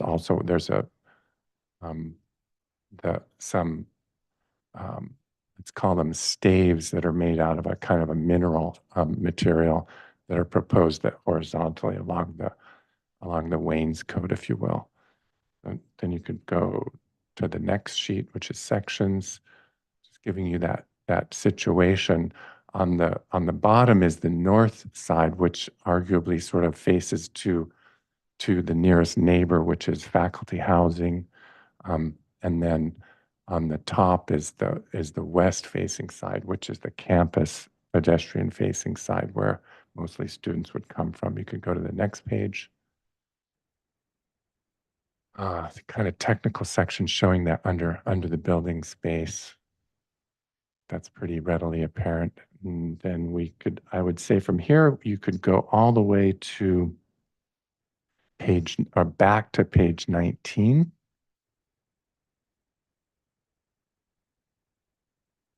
And we could zoom in on there. This is the planting plan. And Susan, I don't know if you want to just say a couple words about it. Red is on. Okay. So Randy, as the campus architect, and I worked together for 29 years. And from the very beginning, the campus has asked for native plants. And so we've landscaped most of the campus at this point, right, Randy? And so in order to select the plants for this project, we also did the Global Leadership Center down below. And we selected the plants from that project that are happiest and doing the best. So we have Toyon. Those are the, there's some screening of Toyon along, and I can't point to anything, but okay. And then we've got some Carex praegracilis turf substitute areas. Oh. And we've got the trees that ring the circle. No, those don't work. Are Western redbuds. And the vine that we're using along the base of the building is Galvesia, which is island snapdragon, and that's actually a shrubby vine, which will be really perfect to fill in that space and not get too big. So that's kind of an overview. We could go then to page 20, which is the lighting plan. It's kind of this sort of a contrasting plan to highlight the difference. And you can see in the center at the pedestrian plaza is proposed moonlighting in the existing oak trees. And then some very, very small path lights going around the paths. The stair treads have little tape lights on the underside of the stair noses. So those are just only down. And then there's kind of like intermittent tape light, if you will, along that south horizontal. There's an overhang. So it's kind of like similar to an under cabinet light almost. And so it's all really the lowest wattage basically available because it's kind of a darker campus, generally speaking. And some of these we would be reusing some of the same fixtures that are all used elsewhere on campus. You have a picture of those fixtures too, somewhere? There is a sheet. Yes, right. All right, great. So the tape lights, the existing, the prevalent path lights, which are kind of at knee height. They're really little. And then the moon lights, which are just these sort of just pure down lights. Then Want to scroll through the details 18, real quick? Or? Yeah, page 18 is irrigation plan. It's all drip. Yep. We don't need to see the irrigation. Okay, and then there's just a whole bunch of details if you scroll through, like I've had a building chance is to look through them. Have you? entirely detailed at this point. Then we're okay. Well, if you're done, we can go to questions if you want. Yeah. Okay. Tip, do you have any questions? No questions. Thank you. Okay, Rob, any questions? Could you I missed that. Could you read the comments that we had from the last? Yep. Please. Yeah, MBAR appreciates applicants' response to previous comments. Very nice project in architecture. Study options to disguise / soften fire lane to give the appearance of a walking path. which I think you said you're going to keep existing. That's a fire lane, right? Existing fire lane will just have the right-hand portion will be renovated with more proper paving to call it out. So the road that goes in front of the building, so you have to keep that road to that length. You can't stop it and create just a complete pedestrian thing. You need that for fire. Okay. I mean, it's kind of an obvious, I'm sure you've already asked that question, so that was it. Thank you. Stacy, questions? No, you. No just- questions. Okay. Great. Sorry, I have one. The existing trees, in the circle area, you said oaks. How big are those? I can't get a handle on. You have moonlights hanging from them? Yes. So are they They're mature. pretty mature oaks? Okay. They're Yeah, mature they're- oaks. they're- So they're we've really got nice. downlights coming out Okay. of mature oaks. Okay. All right. Thank you. And the only thing I have a question of is, I didn't see a handrail detail. Do you have that in there somewhere? I know you have it called out. Look like cable rail and, Yes, if you zoomed in on the elevations, you'd be able to see it, and you could yeah, also kind I've of got it see ID'd there. I just didn't see a detail for it, so that was all. It must show somewhere in one of those sections or details. Yeah. Like if you look at A6.2, sorry, this is Ray with Blackboard Architects. A6.2, you'll see number 7 shows we don't have the top shown now, but you'll see how it comes off the cantilevered floor, and we've got those staves that Ken mentioned that hang off the handrail, and it'll be 2, is that what you said, Ray? it's on page 6.2? Yeah, on page 40. Okay. 7 shows part of it. I don't think we have the You have a cable top rail cap. though, too, don't you have a cable rail? Isn't it? Like the site rails and stuff for. Yeah, this part is Cable? showing where there's those staves. There will be cables there. They're not showing up on this the dashed in portion, but yeah, they'd be behind those staves that are there. Yep. Got it. Okay. All right. That was the only question I had. Let's open public comment. Is there anybody here to speak on item 6, 909 La Paz Road? You're joining us on Zoom and you'd like to speak on this item, please raise your hand. And not seeing any raised hands. Okay, we'll close public comment. Let's go to comments in the same order. Tip, what are your thoughts on this? We're Yeah, here for final and preliminary. Preliminary and final, yeah, I definitely, it's very nice project, and I assume that you have a look at the details. I did. You did? Yep. And They look good. Yeah, they're good. Uh-huh. Okay, other than that, yeah, I like to, if no other comment, I'd like to move for preliminary final approval. Yeah, go ahead, Rob. I think the project's really nice. So, I mean, and it's fun. And everything kind of works. The hardscape works.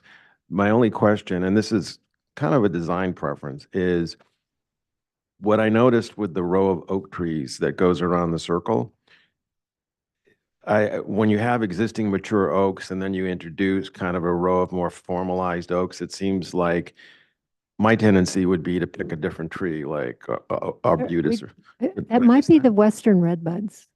No, the tree that goes in the formal pattern, I thought that was oak, called out as an oak. Did I miss that? We're using western redbuds because they're a lot smaller and. Oh, okay. You used a different tree. What you would do. That's what I would do. Then, so we're good. Okay. I thought it was, when I looked at it this morning, I thought it said oak. So I was going, you're putting formal oaks in an oak woodland, and Plus, there's not enough space for them, for an. okay, oak anyways, tree. so perfect. You nailed it. So great. Thank you.